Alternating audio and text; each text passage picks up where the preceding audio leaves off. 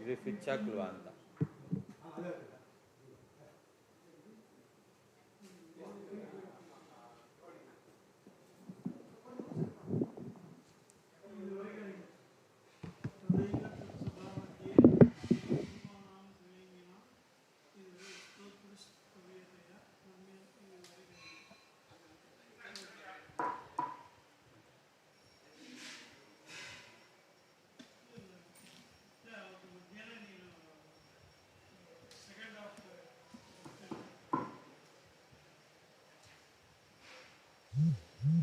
ಭಕ್ತ್ಯಾ ಸ್ತುತ್ಯಾ ವಿರಕ್ತ್ಯಾ ಭಜದಮಲಜನೋನ್ನತ್ಯಭೂತ್ಯರ್ಪಕಾಯ ಕ್ಷಿತ್ಯಾಂ ಅತ್ಯಲ್ಪಭೃತ್ಯೇಷ್ವಪಿ ಕುಜನಕೃತೌ ಧತ್ಯಭೂತ್ಯಾಜಕಾಯ ಕರ್ತ್ರೇ ಧರ್ತ್ರೇಥ ಹರ್ತ್ರೇ ಹಯಮುಖಹರಯೇ ಮುತ್ರಪಾತ್ರೇ ನಮಸ್ತೆ. ತಸ್ಮೈ ಕಸ್ಮೈಚಿದಸ್ಮನ್ಮನಸಿ ಧೃತಕಥಾ ವಿಸ್ಮೃತೌ ಸ್ಮಾರಕಾಯ ತಪೋ ವಿದ್ಯಾ ವಿರಕ್ತ್ಯಾದಿ ಸದ್ಗುಣೌಘಾಕರಾನಹಂ ವಾದಿರಾಜಗುರೋನ್ ವಂದೇ ಹಯಗ್ರೀವಪದಾಶ್ರಯಾನ್. ದುರ್ವಾದಿಧ್ವಾಂತರವಯೇ ವೈಷ್ಣವೇಂದೀವರೇಂದವೇ ಶ್ರೀರಾಘವೇಂದ್ರಗುರವೇ ನಮೋತ್ಯಂತದಯಾಲವೇ. ತಪಸ್ವಾಧ್ಯಾಯ ಶುಶ್ರೂಷಾ ಕೃಷ್ಣಪೂಜಾರತಂ ಮುನಿಂ ವಿಶ್ವೇಶಮಿಷ್ಟದಂ ವಂದೇ ಹರಿವ್ರಾಟ್ಚಕ್ರವರ್ತಿನಂ. ಶ್ರೀಗುರುಭ್ಯೋ ನಮಃ. ತಮುಪಾಗತಮಾಲಕ್ಷ್ಯ ಸರ್ವೇ ಸುರಗಣಾದಯಃ ಪ್ರಣೇಮುಃ ಸಹಸೋತ್ಥಾಯ ಬ್ರಹ್ಮೇಂದ್ರತ್ರ್ಯಕ್ಷನಾಯಕಾಃ ತತ್ತೇಜಸಾ ಹತರುಚಃ ಸನ್ನಜಿಹ್ವಾಃ ಸಸಾಧ್ವಸಾಃ ಮೂರ್ಧ್ಯುದ್ಧೃತಾಂಜಲಿಪುಟಾಃ ಉಪತಸ್ಥುರದೋಕ್ಷಜಂ ಅಪ್ಯರ್ವಾಗ್ವೃತ್ತಯೋ ಯಸ್ಯಾಂ ಮಹಿತ್ವೇ ಸ್ವಭುವಾದಯಃ ಯಥಾಮತಿ ಗೃಣಂತಿ ಸ್ಮ ಕೃತಾನುಗ್ರಹವಿಗ್ರಹಂ. ಭಗವಂತನಿಗೂ ಇತರರಿಗೂ ಭೇದ ಇದೆ. ಅದರಿಂದ ಯೋನ ಪಶ್ಯತಿ ವೈಭಿದಾಂ ಅನ್ನೋ ಶ್ಲೋಕ ಇದು ಬಂದಿದ್ದು. ತ್ರಯಾಣಾಂ ಏಕಭಾವಾನಾಂ ಯೋನ ಪಶ್ಯತಿ ವೈಭಿದಾಂ ಅನ್ನೋ ಶ್ಲೋಕದ ತಾತ್ಪರ್ಯ ಏನು? ಭೇದವನ್ನು ತಿಳಿಯೋದಿಲ್ಲ ಅಂತ ಮೇಲ್ನೋಟಕ್ಕೆ ತಿಳಿದು ಬರುತ್ತೆ. ಅಂದರೆ ಐಕ್ಯವನ್ನೇ ತಿಳಿಯಬೇಕು ಅಂತ. ಆ ಅಭಿಪ್ರಾಯವ ಅಲ್ಲ ಅನ್ನೋದನ್ನು ಹೇಳುತ್ತಾ ಇದ್ದರು. ಹಿಂದೆ ತದೈವ ತತ್ಸಭಾ ಮಧ್ಯೆ ತ್ರಿರೂಪಾಣಾಂ ತ್ರಿಲಿಂಗಿನಾಂ ಸ್ತೋತ್ರ ಸ್ತವ್ಯತೆಯ ನಮ್ಯ ನಂತೃಭಾವೇನ ಚ ಸ್ಥಿತೇ ಅಂತ ಏನು ನಾವು ಇವಾಗ ಶ್ಲೋಕ ಓದ್ತಾ ಇದ್ದೇವೆ. ಇದರ ತಾತ್ಪರ್ಯ ಏನು ಅನ್ನೋದನ್ನು ಹಿಂದೆ ಹೇಳಿದ್ದಾರೆ. ಅಲ್ಲೇನು ಹೇಳಿದ್ದಾರೆ? 3 ಜನರ ಆಕಾರಗಳು ಬೇರೆಯಾಗಿದೆ. ಒಬ್ಬ 4 ಮುಖ, ಇನ್ನೊಬ್ಬನಿಗೆ 1 ಮುಖ, ಇನ್ನೊಬ್ಬನಿಗೆ 5 ಮುಖ ಅಂತ. ಈ ರೀತಿಯಲ್ಲಿ ಮುಖಗಳು ಬೇರೆಯಾಗಿದೆ, ರೂಪಗಳು ಬೇರೆಯಾಗಿದೆ. ಅಷ್ಟೇ ಅಲ್ಲ, ತ್ರಿಲಿಂಗಿನ ಅವರ ಆಯುಧಗಳು ಬೇರೆಯಾಗಿದೆ, ಅವರ ವಾಹನಗಳು ಬೇರೆಯಾಗಿದೆ. ವಾಹನ ಬಂದ ಕೂಡಲೇ ಯಾರು ಅಂತ ಗೊತ್ತಾಗ್ಬಿಡುತ್ತೆ ನಿಮಗೆ. ಹಾಗೆ ಇವರು ಕೂಡ ಬೇರೆ ಬೇರೆ ವಾಹನ ಉಳ್ಳವರು. ಅಂದರೆ ಲಿಂಗಗಳು ಬೇರೆಯಾಗಿದೆ. ಅಷ್ಟೇ ಅಲ್ಲ, ಸ್ತೋತ್ರ ಸ್ತವ್ಯತೆಯ ಬ್ರಹ್ಮಾದಿ ದೇವತೆಗಳು ಸ್ತೋತ್ರ ಮಾಡುತ್ತಾರೆ. ಭಗವಂತ ಸ್ತುತ್ಯನಾಗಿದ್ದಾನೆ. ಬ್ರಹ್ಮಾದಿ ದೇವತೆಗಳು ನಮಸ್ಕಾರ ಮಾಡ್ತಾ ಇದ್ದಾರೆ. ಭಗವಂತ ನಮ್ಯನಾಗಿದ್ದಾನೆ. ಈ ರೀತಿಯಾದಂತಹ ಅನೇಕ ವಿಧವಾದಂತಹ ಭೇದಗಳಿರೋದ್ರಿಂದ ಭೇದ ಅಂದರೆ ಭಿನ್ನಾಭಿಪ್ರಾಯ ಅಂತ ಅರ್ಥ ಮಾಡಬೇಕೇ ವಿನಃ ಏನರ್ಥ ಮಾಡಬಾರದು? ಸ್ವರೂಪತಃ ಭೇದವೇ ಇಲ್ಲ ಅಂತ ಅರ್ಥ ಮಾಡಬಾರದು. ಸ್ವರೂಪತಃ ಭಿನ್ನರಾಗಿದ್ದಾರೆ ಅಂತ. ಇಲ್ಲಿ ಈ ಎಲ್ಲ ಅರ್ಥವನ್ನು ಹೇಳಲಿಕ್ಕೆ ಏನು ಕಾರಣ ಅಂತಂದರೆ, ಯಾವ ಸಂದರ್ಭದಲ್ಲಿ ತ್ರಯಾಣಾಂ ಏಕಭಾವಾನಾಂ ಯೋನ ಪಶ್ಯತಿ ವೈಭಿದಾಂ ಎಂಬತಕ್ಕಂತಹ ವಾಕ್ಯ ಬಂದಿದೆಯೋ ಅಲ್ಲೇ ಇರುವಂತಹ ಪ್ರಸಂಗ ಏನು, ಯಾವ ಪ್ರಸಂಗದಲ್ಲಿ ಮಾತು ಬಂತು ಅನ್ನೋದನ್ನು ಈ ಶ್ಲೋಕದಲ್ಲಿ ತಿಳಿಸ್ತಾ ಇದೆ. ಇದೆಲ್ಲ ಭಾಗವತದ ವಾಕ್ಯ. ಭಾಗವತದಲ್ಲಿ ಬಂದಿರುವಂತಹ ಸಂದರ್ಭ ಅದನ್ನು ಈ ಶ್ಲೋಕಗಳ ಮೂಲಕ ವಿವರಣೆ ಮಾಡ್ತಾ ಇದ್ದಾರೆ.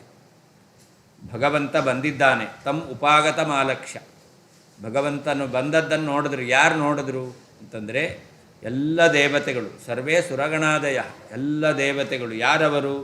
ಬ್ರಹ್ಮೇಂದ್ರ ತ್ರ್ಯಕ್ಷ ನಾಯಕಾಹ ಅಂತ. ಬ್ರಹ್ಮ, ಇಂದ್ರ, ತ್ರ್ಯಕ್ಷ, ಮೂರು ಕಣ್ಣುಳ್ಳಂತಹ ರುದ್ರ, ಇವರೇ ಮೊದಲಾಗಿರ್ತಕ್ಕಂತಹ ಯಾರ್ಯಾರು ನಾಯಕರಾಗಿರ್ತಕ್ಕಂಥ ದೇವತೆಗಳಿದ್ದಾರೋ ಇವರನ್ನು ನಾಯಕರನ್ನಾಗಿ ಹೊಂದಿರತಕ್ಕಂತಹ ಸಮಸ್ತ ದೇವತೆಗಳು, ಸರ್ವೇ ಸುರಗಣಾದಯ, ಇವರೆಲ್ಲ ಭಗವಂತ ಬಂದದ್ದನ್ನು ನೋಡಿ ಅವರೆಲ್ಲ ಏನು ಮಾಡ್ತಾ ಇದ್ದಾರೆ? ಸಹಸಾ ಉತ್ಥಾಯ ಪ್ರಣೇಮು, ಎದ್ದು ಗಡಿಬಿಡಿಯಿಂದ ನಮಸ್ಕಾರ ಮಾಡ್ತಾ ಇದ್ದಾರೆ ಅಂತ. ಹಾಗೆ ಮುಂದೇನಾಯಿತು ಅಂತಂದರೆ ಭೇದ ಇದೆ ಅಂತ ಹೇಳಲಿಕ್ಕೆ, ಒಂದು ಎದ್ದು ನಿಂತು ನಮಸ್ಕಾರ ಮಾಡ್ತಾ ಇದ್ದಾರೆ, ನಮ್ಯ ನಂತರ ಭಾವ ಎಂಬತಕ್ಕಂಥದ್ದು ಇದೆ. ಅಷ್ಟೇ ಅಲ್ಲ, ತತ್ತೇಜಸ ಹತರುಚಃ ಸನ್ನಜಿಹ್ವಾ ಸಸಾಧ್ವಸಾಹ ಮೂರ್ಧ್ಯುಧೃತಾಂಜಲಿಪುಟಾಹ ಉಪತಸ್ತು ಅಧೋಕ್ಷಜಂ ಅಂತ.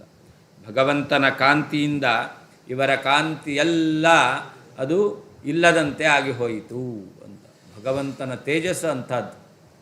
ದೀಪ ಹಚ್ಚಿಟ್ಟಿರ್ತೇವೆ, ಏನಾದರೂ ದೊಡ್ಡ ಬೆಳಕು ಬಂತು ಅಂತಂದರೆ ಆ ದೀಪದ ಬೆಳಕು ಏನೂ ಕಾಣಿಸಲ್ಲ. ಸೂರ್ಯನ ಬೆಳಕಿನ ಎದುರುಗಡೆ ದೀಪದ ಬೆಳಕೇನಿದೆ? ಹಾಗೇ ಭಗವಂತನ ತೇಜಸ್ಸಿನ ಎದುರುಗಡೆ ಈ ಎಲ್ಲ ದೇವತೆಗಳ ತೇಜಸ್ಸು ಅದು ಅಲ್ಪವಾಗಿರ್ತಕ್ಕಂಥದ್ದು. ಆದ್ದರಿಂದ ಅವರೆಲ್ಲ ತಮ್ಮ ಕಾಂತಿಯನ್ನು ಕಳ್ಕೊಂಡು ಬಿಟ್ಟಿದ್ದಾರೆ. ಅಷ್ಟೇ ಅಲ್ಲ, ಭಗವಂತ ಬಂದಿದ್ದಾನೆ ಅಂತ ನೋಡಿದಾಗ ಕೂಡಲೇ ಅವರ ಗಂಟ್ಲೆಲ್ಲ ಒಣಗೋಗಿದೆಯಂತೆ. ಸಣ್ಣ ಜಿಹ್ವಾಹ, ಕೆಲವು ಸರ್ತಿ ಗಡಿಬಿಡಿ ಆದಾಗ ಏನು ಬಾಯೆಲ್ಲ ಒಣಗೋಗುತ್ತೆ ಅಂತ, ಹಾಗಾಗಿದೆ ಅವರಿಗೆ. ಸಣ್ಣ ಜಿಹ್ವ, ಬಾಯೇ ಬಿದ್ದು ಹೋಗಿದೆ ಅಂತ. ಅಷ್ಟೇ ಅಲ್ಲ, ಸಸಾಧ್ವಸಾಹ, ಗಡಿಬಿಡಿ, ಗಾಬರಿ. ಸ್ವಾಮಿಗಳು ಬಂದರು ಅಂದರೆ ಗಡಿಬಿಡಿ ಆಗುತ್ತೆ. ಏನು ಅವರೇ ನಮ್ಮನ್ನು ಹೊಡೆಯಲ್ಲ ಬಡಿಯಲ್ಲ, ಆದರೆ ಅವರ ಮೇಲಿರ್ತಕ್ಕಂಥ ಗೌರವದಿಂದ ಒಂದು ಭಯ ಎಂಬತಕ್ಕಂಥದ್ದು. ಹಾಗೆ ಭಗವಂತ ಬಂದಾಗ ಇವರೆಲ್ಲ ಗಡಿಬಿಡಿಯಿಂದ ಭಯಗೊಂಡವರಾಗಿದ್ದಾರೆ ಅಂತ.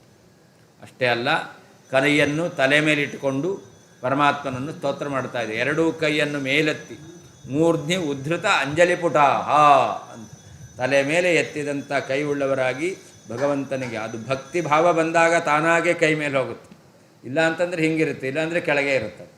ಆದ್ದರಿಂದ ಆ ಎಷ್ಟೆಷ್ಟು ಭಕ್ತಿ ಎಂಬತಕ್ಕಂಥದ್ದು ಅಭಿವ್ಯಕ್ತವಾಗುತ್ತೋ, ಉದ್ರೇಕಗೊಳ್ಳುತ್ತೋ, ಅಷ್ಟು ಅವರು ಅದರ ವ್ಯಾಪಾರವನ್ನು ಮಾಡುತ್ತಾರೆ. ಹೀಗೆ ದೇವತೆಗಳೆಲ್ಲ ಆ ಭಗವಂತನನ್ನು ನೋಡಿ ಭಕ್ತ್ಯುದ್ರೇಕವನ್ನುಗೊಂಡು ಉಪತಸ್ತು ಅಧೋಕ್ಷಜಂ, ಭಗವಂತನನ್ನು ಸ್ತೋತ್ರ ಮಾಡಿದ್ದಾರೆ ಅಂತ. ಇಲ್ಲಿ ಸ್ತೋತೃ ಸ್ತವ್ಯ ಭಾವ ಎಂತಕ್ಕಂಥದ್ದಿದೆ. ಅಷ್ಟೇ ಅಲ್ಲ, ಅಪ್ಯರ್ವಾವೃತ್ತಯೋ ಯಸ್ಯ ಮಹಿತ್ವೇ ಸ್ವಭುವಾದಯ, ಸ್ವಭುವ, ಸ್ವತಂತ್ರನಾದ ಭಗವಂತನಿಂದ ಜನ್ಮವನ್ನು ಪಡೆದಂತಹ ಬ್ರಹ್ಮದೇವರು, ಅವರು ಸ್ವಭುವ. ಬ್ರಹ್ಮದೇವರೇ ಮೊದಲಾಗಿರ್ತಕ್ಕಂಥ ಎಲ್ಲ ದೇವತೆಗಳು ಕೂಡ ಅರ್ವಾಗೃತ್ವಯ, ಅವರೆಲ್ಲ ಕೆಳಗಿದ್ದಾರೆ. ಯಾವ ವಿಷಯದಲ್ಲಿ? ಮಹಿತ್ವೆ, ಭಗವಂತನ ಮಹಿಮೆ, ಬ್ರಹ್ಮಾದಿ ದೇವತೆಗಳ ಮಹಿಮೆ. ಇದನ್ನು ನೋಡಿದಾಗ ಭಗವಂತನ ಮಹಿಮೆ ಅಪಾರ, ಅದರ ಎದುರುಗಡೆ ಇವರ ಮಹಿಮೆಯೆಲ್ಲ ಅತ್ಯಲ್ಪವಾಗಿರ್ತಕ್ಕಂಥದ್ದು. ಮಹಿತ್ವೇ ಅವ್ಯಾವೃತ್ತಯ ಅರ್ವಾವೃತ್ತಯ, ಇವರೆಲ್ಲ ಮಹಿಮಾ ವಿಷಯದಲ್ಲಿ ಅತ್ಯಂತ ಕೆಳಗಿರ್ತಕ್ಕಂಥವರು ಬ್ರಹ್ಮಾದಿ ದೇವತೆಗಳಾಗಿದ್ದಾರೆ. ಅಂತಹ ಬ್ರಹ್ಮಾದಿ ದೇವತೆಗಳು ಯಥಾಮತಿ ಗೃಣಂತಿ ಸ್ಮ ಅಂತ ಸ್ತೋತ್ರ ಮಾಡಬೇಕು. ಕೆಲವರಿಗೆ ಬರೀ ವೆಂಕಟೇಶ ಸ್ತೋತ್ರನೇ ಬರೋದು, ಅಷ್ಟೇ ಪರವಾಗಿಲ್ಲ. ಇನ್ನು ಕೆಲವರಿಗೆ ಗೊತ್ತೇ ಇಲ್ಲ, ಬರೀ ಗೋವಿಂದಾಯ ನಮಃ ಅಷ್ಟೇ. ಯಥಾಮತಿ, ಯಾರ್ಯಾರಿಗೆ ಎಷ್ಟೆಷ್ಟು ಬುದ್ಧಿ ಇದೆಯೋ, ಬ್ರಹ್ಮದೇವರು 4 ಮುಖದಿಂದ 4 ವೇದಗಳನ್ನು ಹೇಳಿಕೊಂಡು ಸ್ತೋತ್ರ ಮಾಡ್ತಾರೆ. ಹೀಗೆ ಅವರವರ ಬುದ್ಧಿಗೆ ಅನುಗುಣವಾಗಿ ಅವರೆಲ್ಲ ಭಗವಂತನನ್ನು ಸ್ತೋತ್ರ ಮಾಡ್ತಾ ಇದ್ದರು. ಪರಮಾತ್ಮ ಎಂಥವನವನು? ಕೃತಾನುಗ್ರಹ ವಿಗ್ರಹಂ ಅಂತ. ಪರಮಾತ್ಮ ದುಷ್ಟರಿಗೆ ನಿಗ್ರಹವನ್ನು ಮಾಡುವವನು, ಭಕ್ತರಿಗೆ ಅನುಗ್ರಹವನ್ನು ಮಾಡ್ತಕ್ಕಂಥದ್ದು. ಹೀಗೆ ಕೃತ ಅನುಗ್ರಹ ವಿಗ್ರಹ. ಅನುಗ್ರಹ ಸಜ್ಜನರಿಗೆ, ವಿಗ್ರಹ ಅಂದರೆ ಅವಗ್ರಹ, ನಿಗ್ರಹ, ಅದನ್ನು ಪರಮಾತ್ಮ ದೈತ್ಯರಿಗೆ ಮಾಡಿದ್ದಾನೆ. ಇಂತಹ ಸ್ವರೂಪವುಳ್ಳಂಥ ಪರಮಾತ್ಮನನ್ನು ಸ್ತೋತ್ರ ಮಾಡಿದ್ದಾರೆ ಎಂಬುದಾಗಿ ಈ ಸಂದರ್ಭದಲ್ಲಿ ಬ್ರಹ್ಮದೇವತೆಗಳು, ಬ್ರಹ್ಮ, ರುದ್ರ, ಪರಮಾತ್ಮ ಇವನಿಗೇನು ಹೇಳ್ತಾ ಇದ್ದಾರೆ?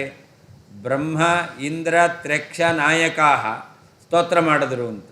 ಸ್ವಭುವಾದಯ ಗೃಣಂತಿ ಸ್ಮ ಅಂತ ಹೇಳಿದ್ರು. ಪರಮಾತ್ಮನನ್ನು ಸ್ತೋತ್ರ ಮಾಡಿದ್ರು. ಇಂದ ಸ್ತೋತ್ರ ಮಾಡಿಸಿಕೊಳ್ಳಲ್ಪಟ್ಟ ಪರಮಾತ್ಮ, ಸ್ತೋತ್ರ ಮಾಡಿದ ಬ್ರಹ್ಮಾದಿಗಳು ಒಂದಾಗಲಿಕ್ಕೆ ಸಾಧ್ಯವೇ ಇಲ್ಲ. ಅದರಿಂದ ಯೋನ ಪಶ್ಯತಿ ವೈಭಿಧಾಮ್ ಅಂತ ವಾಕ್ಯ ಇದೆ. ಭೇದವನ್ನು ತಿಳಿಲಿಲ್ಲ ಅಂತಂದರೆ, ಅಭಿಪ್ರಾಯ ಭೇದವನ್ನು ಯಾರು ತಿಳಿಯೋದಿಲ್ವೋ ಅವರು ಮೋಕ್ಷವನ್ನು ಹೊಂದುತ್ತಾರಂತ ಅಷ್ಟೇ ಅರ್ಥ ಹೊರತು, ಭೇದವನ್ನೇ ತಿಳಿಲಿಲ್ಲ, ಐಕ್ಯವನ್ನು ತಿಳಿದರೋ ಅವರು ಮೋಕ್ಷವನ್ನು ಹೊಂದುತ್ತಾರೆ ಅಂತ ಅರ್ಥ ಅಲ್ಲ. ಬ್ರಹ್ಮೇಂದ್ರ ತ್ರ್ಯಕ್ಷನಾಯಕ, ಬ್ರಹ್ಮ, ಇಂದ್ರ, ರುದ್ರರನ್ನೇ ನಾಯಕರನ್ನಾಗಿ ಹೊಂದಿರುವಂತಹ ಸರ್ವೇ ಎಲ್ಲ ಸುರಗಣಾದಯ ದೇವತೆಗಳ ಸಮುದಾಯವು ತಂ ಆಯಾವ ಉಪಾಗತಂ ಬಂದಿರುವಂತಹ ಪರಮಾತ್ಮನನ್ನು ಆಲಕ್ಷ್ಯ ನೋಡಿ ಸಹಸ ಕೂಡಲೇ ಉತ್ಥಾಯ ಎದ್ದು ಪ್ರಣೇಮುಹು ನಮಸ್ಕಾರ ಮಾಡಿದರು. ಆ ಬ್ರಹ್ಮಾದಿ ದೇವತೆಗಳು ತತ್ತೇಜಸ ಭಗವಂತನ ಕಾಂತಿಯಿಂದ ಹತರುಚಃ ನಾಶ ಮಾಡಲ್ಪಟ್ಟಂತಹ ಕಾಂತಿ ಉಳ್ಳವರಾಗಿ, ಸನ್ನಜಿಹ್ವಾಹ ನಾಲಿಗೆ ಬಿದ್ದವರಾಗಿ ಅಂದರೆ ಮಾತಾಡಲಿಕ್ಕಾಗದವರಾಗಿ, ಸಸಾಧ್ವಸಾಹ ಭಯದಿಂದ ಕೂಡಿದವರಾಗಿ, ಮೂರ್ಧ್ನಿ ಉದ್ಧೃತಾಂಜಲಿ ಪುಟಾಹ ತಲೆಯಲ್ಲಿ ಎತ್ತಲ್ಪಟ್ಟಂತಹ ಜೋಡಿಸಿದ ಕೈ ಉಳ್ಳವರಾಗಿ, ಅಧೋಕ್ಷಜಂ ಇಂದ್ರಿಯಗಳಿಗೆ ಗೋಚರನಲ್ಲದ ಪರಮಾತ್ಮನನ್ನು ಉಪತಸ್ತುಹು ಸ್ತೋತ್ರ ಮಾಡಿದರು. ಸ್ವಭುವಾದಯ ಬ್ರಹ್ಮಾದಿ ದೇವತೆಗಳು ಮಹಿತ್ವೇ ಮಹಿಮೆಯ ವಿಷಯದಲ್ಲಿ ಯಸ್ಯ ಯಾವ ಪರಮಾತ್ಮನಿಗೆ ಅರ್ವಾಗ್ವೃತ್ತೆಯ ಕೆಳಗೆ ಇರತಕ್ಕಂಥವರಾಗಿದ್ದಾರೋ ಅಂತಹ ದೇವತೆಗಳು ಕೃತಾನುಗ್ರಹ ವಿಗ್ರಹಂ ಭಕ್ತರ ಮೇಲೆ ಅನುಗ್ರಹವನ್ನು, ದುಷ್ಟರ ಮೇಲೆ ನಿಗ್ರಹವನ್ನು ಮಾಡತಕ್ಕಂತಹ ಪರಮಾತ್ಮನನ್ನು ಯಥಾಮತಿ ತಮ್ಮ ಬುದ್ಧಿಗೆ ನಿಲುಕುವಷ್ಟು ಗೃಣಂತಿ ಸ್ಮ ಸ್ತೋತ್ರ ಮಾಡುತ್ತಿದ್ದರು. ಬ್ರಹ್ಮೇಂದ್ರ ತ್ರ್ಯಕ್ಷನಾಯಕ, ಬ್ರಹ್ಮ, ಇಂದ್ರ, ರುದ್ರ ಇವರೇ ನಾಯಕರಾಗಿ ಉಳ್ಳ ಸರ್ವೇ ಎಲ್ಲ ಸುರಗಣಾದಯ ದೇವತೆಗಳ ಗುಂಪುಗಳು ತಂ ಆಯಾವ ಉಪಾಗತಂ ಬಂದಿರುವಂತಹ ಪರಮಾತ್ಮನನ್ನು ಆಲಕ್ಷ್ಯ ನೋಡಿ ಸಹಸ ಕೂಡಲೇ ಉತ್ಥಾಯ ಎದ್ದು ಪ್ರಣೇಮುಹು ನಮಸ್ಕಾರ ಮಾಡಿದರು. ತತ್ತೇಜಸ ಭಗವಂತನ ಕಾಂತಿಯಿಂದ ಹತರುಚಃ ಕಳೆದುಕೊಳ್ಳಲ್ಪಟ್ಟಂತಹ ಕಾಂತಿಯುಳ್ಳವರಾಗಿ, ಸಸಾಧ್ವಸ ಸನ್ನಜಿಹ್ವಾ ನಾಲಿಗೆ ಒಣಗೆದವರಾಗಿ, ಸಸಾಧ್ವಸಾಹ ಭಯದಿಂದ ಕೂಡಿದವರಾಗಿ, ಮೂರ್ಧ್ನಿ ತಲೆಯಲ್ಲಿ ಉದ್ಧೃತಾಂಜಲಿ ಪುಟಾಹ ಎತ್ತಲ್ಪಟ್ಟಂತಹ ನಮಸ್ಕಾರ ಮಾಡಲ್ಪಟ್ಟ ಜೋಡಿಸಲ್ಪಟ್ಟಂಥ ಕೈಯುಳ್ಳಂಥವರಾಗಿ, ಅಧೋಕ್ಷಜಂ ಇಂದ್ರಿಯಗಳಿಗೆ ಗೋಚರನಲ್ಲದ ಪರಮಾತ್ಮನನ್ನು ಉಪತಸ್ಥುಹು ಸ್ತೋತ್ರ ಮಾಡಿದರು.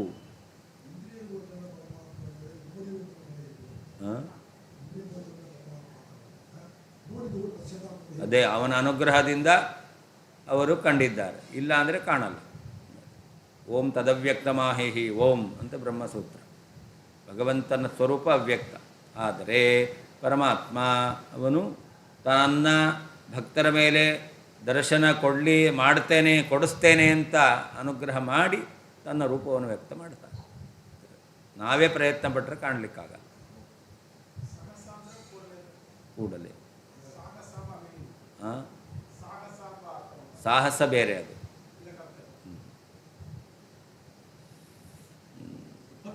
ಸಾಹಸ ಅಂದರೆ ಒಡನೆ ಅಂತ ಹೇಳ್ತಿರಲ್ಲ, ಅದೇ.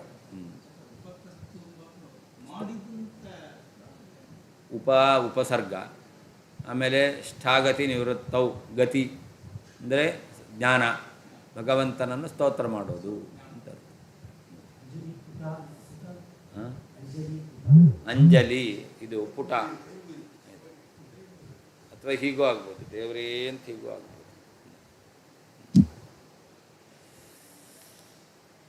ಬೊಗಸೆ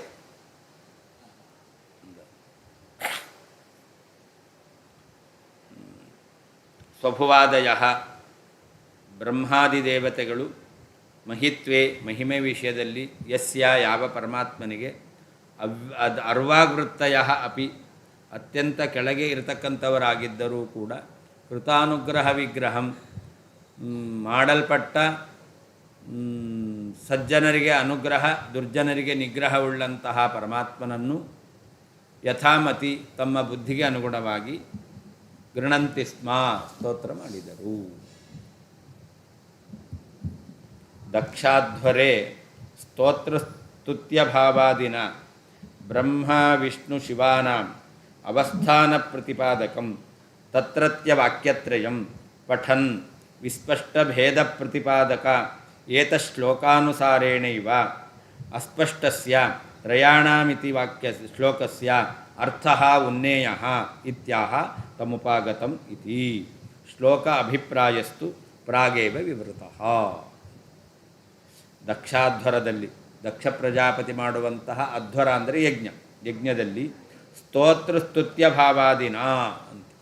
ಸ್ತೋತ್ರ ಮಾಡುವವರು ಬ್ರಹ್ಮಾದಿಗಳು, ಸ್ತುತ್ಯನಾದವನು ವಿಷ್ಣು ಎಂಬುದಾಗಿ ಸ್ತೋತ್ರತ್ವ ಸ್ತವ್ಯತ್ವ ಎಂಬತಕ್ಕಂಥ ಧರ್ಮ ಇದೆ. ವಿರುದ್ಧವಾದ ಧರ್ಮ ಇದ್ದಲ್ಲಿ ಭೇದ ಒಪ್ಪಲೇಬೇಕು. ಯಾರ್ಯಾರಿಗದು? ಬ್ರಹ್ಮ ವಿಷ್ಣು ಶಿವಾನಾಂ ಅವಸ್ಥಾನ ಪ್ರತಿಪಾದಕ. ಬ್ರಹ್ಮ ವಿಷ್ಣು ರುದ್ರ. ಬ್ರಹ್ಮ ರುದ್ರ ಸ್ತೋತ್ರಗಳು, ಭಗವಂತ ಸ್ತುತ್ಯ ಸ್ತುತಿಸಲ್ಪಡುವ ಭಗವಂತ, ಸ್ತೋತ್ರ ಮಾಡುವ ಬ್ರಹ್ಮಾದಿಗಳಲ್ಲಿ ಸ್ತೋತೃತ್ವ ಸ್ತವ್ಯತ್ವ ಸ್ತೋತೃತ್ವ ಎಂಬತಕ್ಕಂಥ ವಿರುದ್ಧ ಧರ್ಮ ಇದೆ. ಆದ್ದರಿಂದ ಭೇದ ಇದೆ ಅಂತ ಹೇಳಲೇಬೇಕು.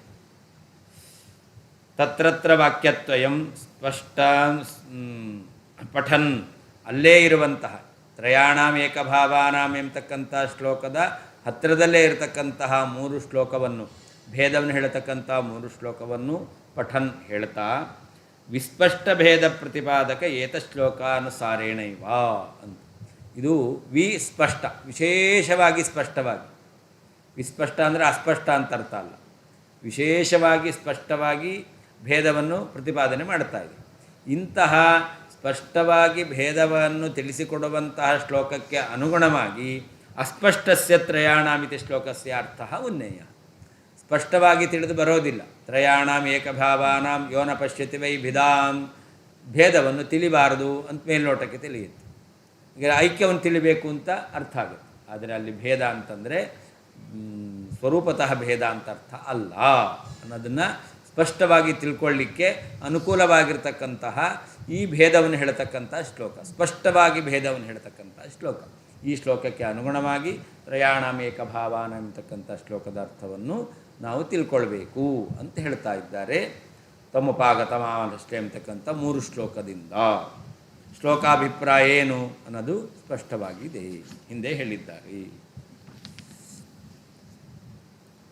ಇತಿ ಪೂರ್ವೋಕ್ತ ವಿಸ್ಪಷ್ಟ ವಾಕ್ಯಾದ ಸ್ಪಷ್ಟ ನಿರ್ಣಯ ನಹಿ ತಾತ್ಕಾಲಿಕಾಜ್ಞಾನಿ ತ್ರಿಕಾಲಜ್ಞಾನವಾನ್ ಮುನಿ. ಈ ರೀತಿಯಾದ ಹಿಂದೆ ಹೇಳಿರುವಂತಹ ಶ್ಲೋಕ ಅದು ವಿಸ್ಪಷ್ಟ ವಾಕ್ಯ. ಸ್ಪಷ್ಟವಾಗಿ ಬ್ರಹ್ಮ ರುದ್ರ ಮಹೇಶ್ವರರಿಗೆ, ಬ್ರಹ್ಮ ವಿಷ್ಣು ಮಹೇಶ್ವರರಿಗೆ ಭೇದವನ್ನು ಹೇಳ್ತಾ ಇತ್ತು. ಹೀಗೆ ಬ್ರಹ್ಮ ವಿಷ್ಣು ಮಹೇಶ್ವರರಿಗೆ ಭೇದವನ್ನು ಹೇಳ್ತಕ್ಕಂತಹ ಸ್ಪಷ್ಟವಾದಂತಹ ವಾಕ್ಯವನ್ನು ಇಟ್ಟುಕೊಂಡು ನಾವೇನು ಮಾಡಬೇಕು? ಅಸ್ಪಷ್ಟ ನಿರ್ಣಯ. ಯಾವ ವಾಕ್ಯದಲ್ಲಿ ಸ್ಪಷ್ಟವಾಗಿ ಅರ್ಥ ತಿಳಿದು ಬರ್ತಾ ಇಲ್ಲವೋ ಆ ವಾಕ್ಯದ ಅರ್ಥವನ್ನು ನಾವು ತಿಳ್ಕೊಳ್ಬೇಕು. ಇದೆರಡೂ ಒಂದೇ ಸಂದರ್ಭದಲ್ಲಿ ಬಂದಿರತಕ್ಕಂಥ ವಾಕ್ಯ.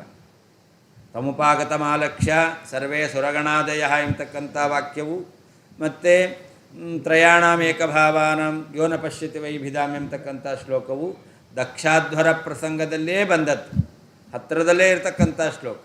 ಇದರಲ್ಲಿ ತ್ರಯಾಣಾಂ ಏಕಭಾವಾನ ಎಂಬತಕ್ಕಂಥ ಶ್ಲೋಕದ ಅರ್ಥ ಸ್ಪಷ್ಟವಾಗಿ ತಿಳಿದು ಬರ್ತಾ ಇಲ್ಲ, ಅಲ್ಲಿ ಸಂದೇಹ ಇದೆ. ಭೇದವೋ ಅಭೇದವೋ ಬ್ರಹ್ಮ ವಿಷ್ಣು ಮಹೇಶ್ವರರಿಗೆ ಅಂತ. ಈ ರೀತಿಯಲ್ಲಿ ಸಂದೇಹಾಸ್ಪದವಾಗಿರ್ತಕ್ಕಂಥ ಈ ಶ್ಲೋಕದ ಅರ್ಥವನ್ನು ಸ್ಪಷ್ಟವಾಗಿ ಭೇದವನ್ನು ಹೇಳ್ತಕ್ಕಂತಹ ಯಾವ ತಮುಪಾಗತಮಾಲಕ್ಷ್ಯ ಎಂಬತಕ್ಕಂತಹ ಶ್ಲೋಕಗಳಿದೆ. ಈ ಶ್ಲೋಕದ ಅರ್ಥಕ್ಕೆ ಅನುಗುಣವಾಗಿ ಆ ಸಂದೇಹಾಸ್ಪದವಾದ ಅರ್ಥವುಳ್ಳಂಥ ಶ್ಲೋಕದ ಅರ್ಥವನ್ನು ನಿರ್ಣಯ ಮಾಡಬೇಕು ಅಂತ ಇದಕ್ಕೊಂದು ಕಾರಣವನ್ನು ಹೇಳ್ತಾರೆ. ಈ ಶ್ಲೋಕ ಎಲ್ಲ ಅರ್ಥವನ್ನು ಹೇಳಿದವರು ಯಾರು? ಶುಕಾಚಾರ್ಯರು. ಶುಕಾಚಾರ್ಯ ಈ ಕಥೆಯನ್ನೆಲ್ಲ ಹೇಳ್ತಾ ಇದ್ದಾರೆ. ಆ ಶುಕಾಚಾರ್ಯ ಯಾರು ಅಂತಂದರೆ ತ್ರಿಕಾಲಜ್ಞಾನವಾನ್ ಮುನಿಹಿ ಅಂತ. ಅವರಿಗೆ ಭೂತ, ವರ್ತಮಾನ, ಭವಿಷ್ಯ ಜ್ಞಾನ ಇದೆ. ಅಂತಹ ತ್ರಿಕಾಲಜ್ಞಾನಿಯಾಗಿರ್ತಕ್ಕಂಥ ಶುಕಾಚಾರ್ಯರಿಗೆ ತಾತ್ಕಾಲಿಕ ಅಜ್ಞಾನಿ, ತತ್ಕಾಲದಲ್ಲಿ ಏನು ನಡೀತಾ ಇದೆಯೋ ಅದರ ಜ್ಞಾನ ಇಲ್ವಾ? ಅವರಿಗೆ ಜ್ಞಾನ ಇದ್ದೇ ಇರುತ್ತೆ. ತಾತ್ಕಾಲಿಕ ಅಜ್ಞಾನಿ ನಹಿ.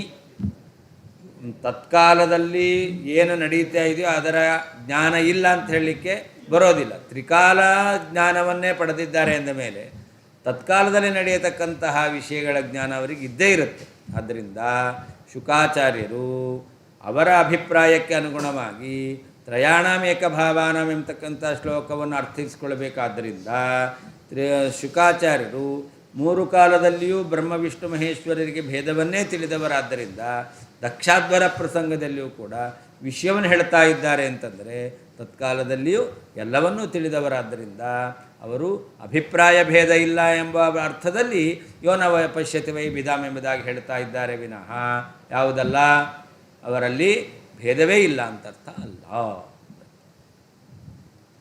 ಇತಿ ಈ ರೀತಿಯಲ್ಲಿ ಪೂರ್ವೋಕ್ತ ವಿಸ್ಪಷ್ಟ ವಾಕ್ಯ, ಹಿಂದೆ ಹೇಳಿದ ಮೂರು ಸ್ಪಷ್ಟವಾದ ವಾಕ್ಯಗಳನ್ನು ಅನುಸರಿಸಿ ಅಸ್ಪಷ್ಟ ನಿರ್ಣಯ, ಅಸ್ಪಷ್ಟವಾದಂತಹ ತ್ರಯಾಣಾಂ ಏಕಭಾವಾನಾಂ ಎಂಬತಕ್ಕಂಥ ಶ್ಲೋಕದ ಅರ್ಥ ನಿರ್ಣಯ ಮಾಡಬೇಕು. ತ್ರಿಕಾಲಜ್ಞಾನವಾನ್, ತ್ರಿಕಾಲಜ್ಞಾನವನ್ನು ಹೊಂದಿರುವಂತಹ ಮುನಿಹಿ, ಮನನಶೀಲರಾದ ಶುಕಾಚಾರ್ಯರು ತತ್ಕಾಲಾಜ್ಞಾನಿ, ತಾತ್ಕಾಲಿಕ ಅಜ್ಞಾನಿ, ತಮ್ಮ ಕಣ್ಣಿನ ಎದುರುಗಡೆ ನಡೆಯತಕ್ಕಂತಹ ವಿಷಯ ವಸ್ತುವಿನ ಅಜ್ಞಾನವುಳ್ಳವರು ನಹಿ, ಆಗಲಿಕ್ಕೆ ಸಾಧ್ಯವೇ ಇಲ್ಲ.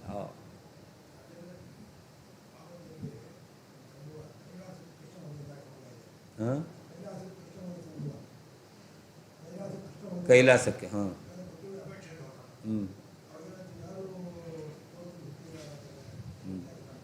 ಅದಕ್ಕೆ ಆಚಾರ್ಯರು ತಾತ್ಪರ್ಯದಲ್ಲಿ ಹೇಳಿದ್ದಾರೆ, ನಿರ್ಣಯ ಕೊಟ್ಟಿದ್ದಾರೆ ಈ ಸಂದರ್ಭಕ್ಕೆ.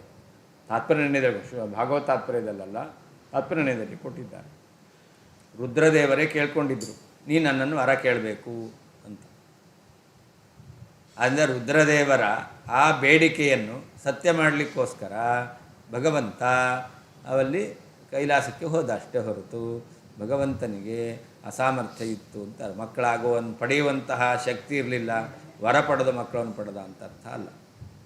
ಅಷ್ಟೇ ಅಲ್ಲ, ಆ ರುದ್ರದೇವನ ಬೇಡಕ್ಕಿಂತ ಮೊದಲೇ ಅವನಿಗೆ ಮಕ್ಕಳಾಗಿದ್ದಾರೆ. ಪ್ರದ್ಯುಮ್ನನನ್ನು ಭಗವಂತ ಮೊದಲೇ ತನ್ನ ಮನಸ್ಸಿನಿಂದ ಹುಟ್ಟಿಸಿ ಅವನಿಂದ ಆ ರುದ್ರಗಣದವರನ್ನೆಲ್ಲ ಸೋಲಿಸಿ ಪುನಃ ತನ್ನ ಒಳಗಡೆ ಇಟ್ಕೊಂಡಿದ್ದ. ಅನಂತರದಲ್ಲಿ ರುದ್ರದೇವರ ಅಪೇಕ್ಷೆಯಂತೆ ಅವರ ಮಾತನ್ನು ಸತ್ಯ ಮಾಡಬೇಕು ಅಂತ ಭಗವಂತ ಕೈಲಾಸಕ್ಕೆ ಹೋದ.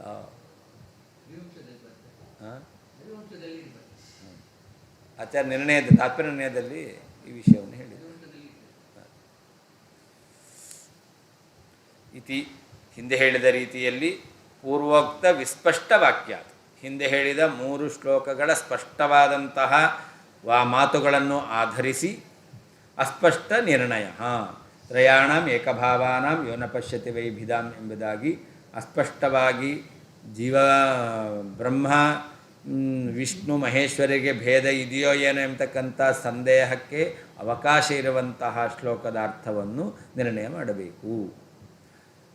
ತ್ರಿಕಾಲ ಜ್ಞಾನವಾನ್, ತ್ರೈಕಾಲಿಕ ಜ್ಞಾನವುಳ್ಳಂತಹ ಮುನಿಹಿ, ಮನನಶೀಲರಾದ ಶುಕಾಚಾರ್ಯರು ತಾತ್ಕಾಲಿಕ ಅಜ್ಞಾನಿ ನಹಿ, ಆ ಕಾಲದಲ್ಲಿ ಕಣ್ಣೆದುರಿಗೆ ನಡೆಯುವಂತಹ ವಸ್ತುವಿನ ಅಜ್ಞಾನವುಳ್ಳವರು ಅಲ್ಲವೇ ಅಲ್ಲ.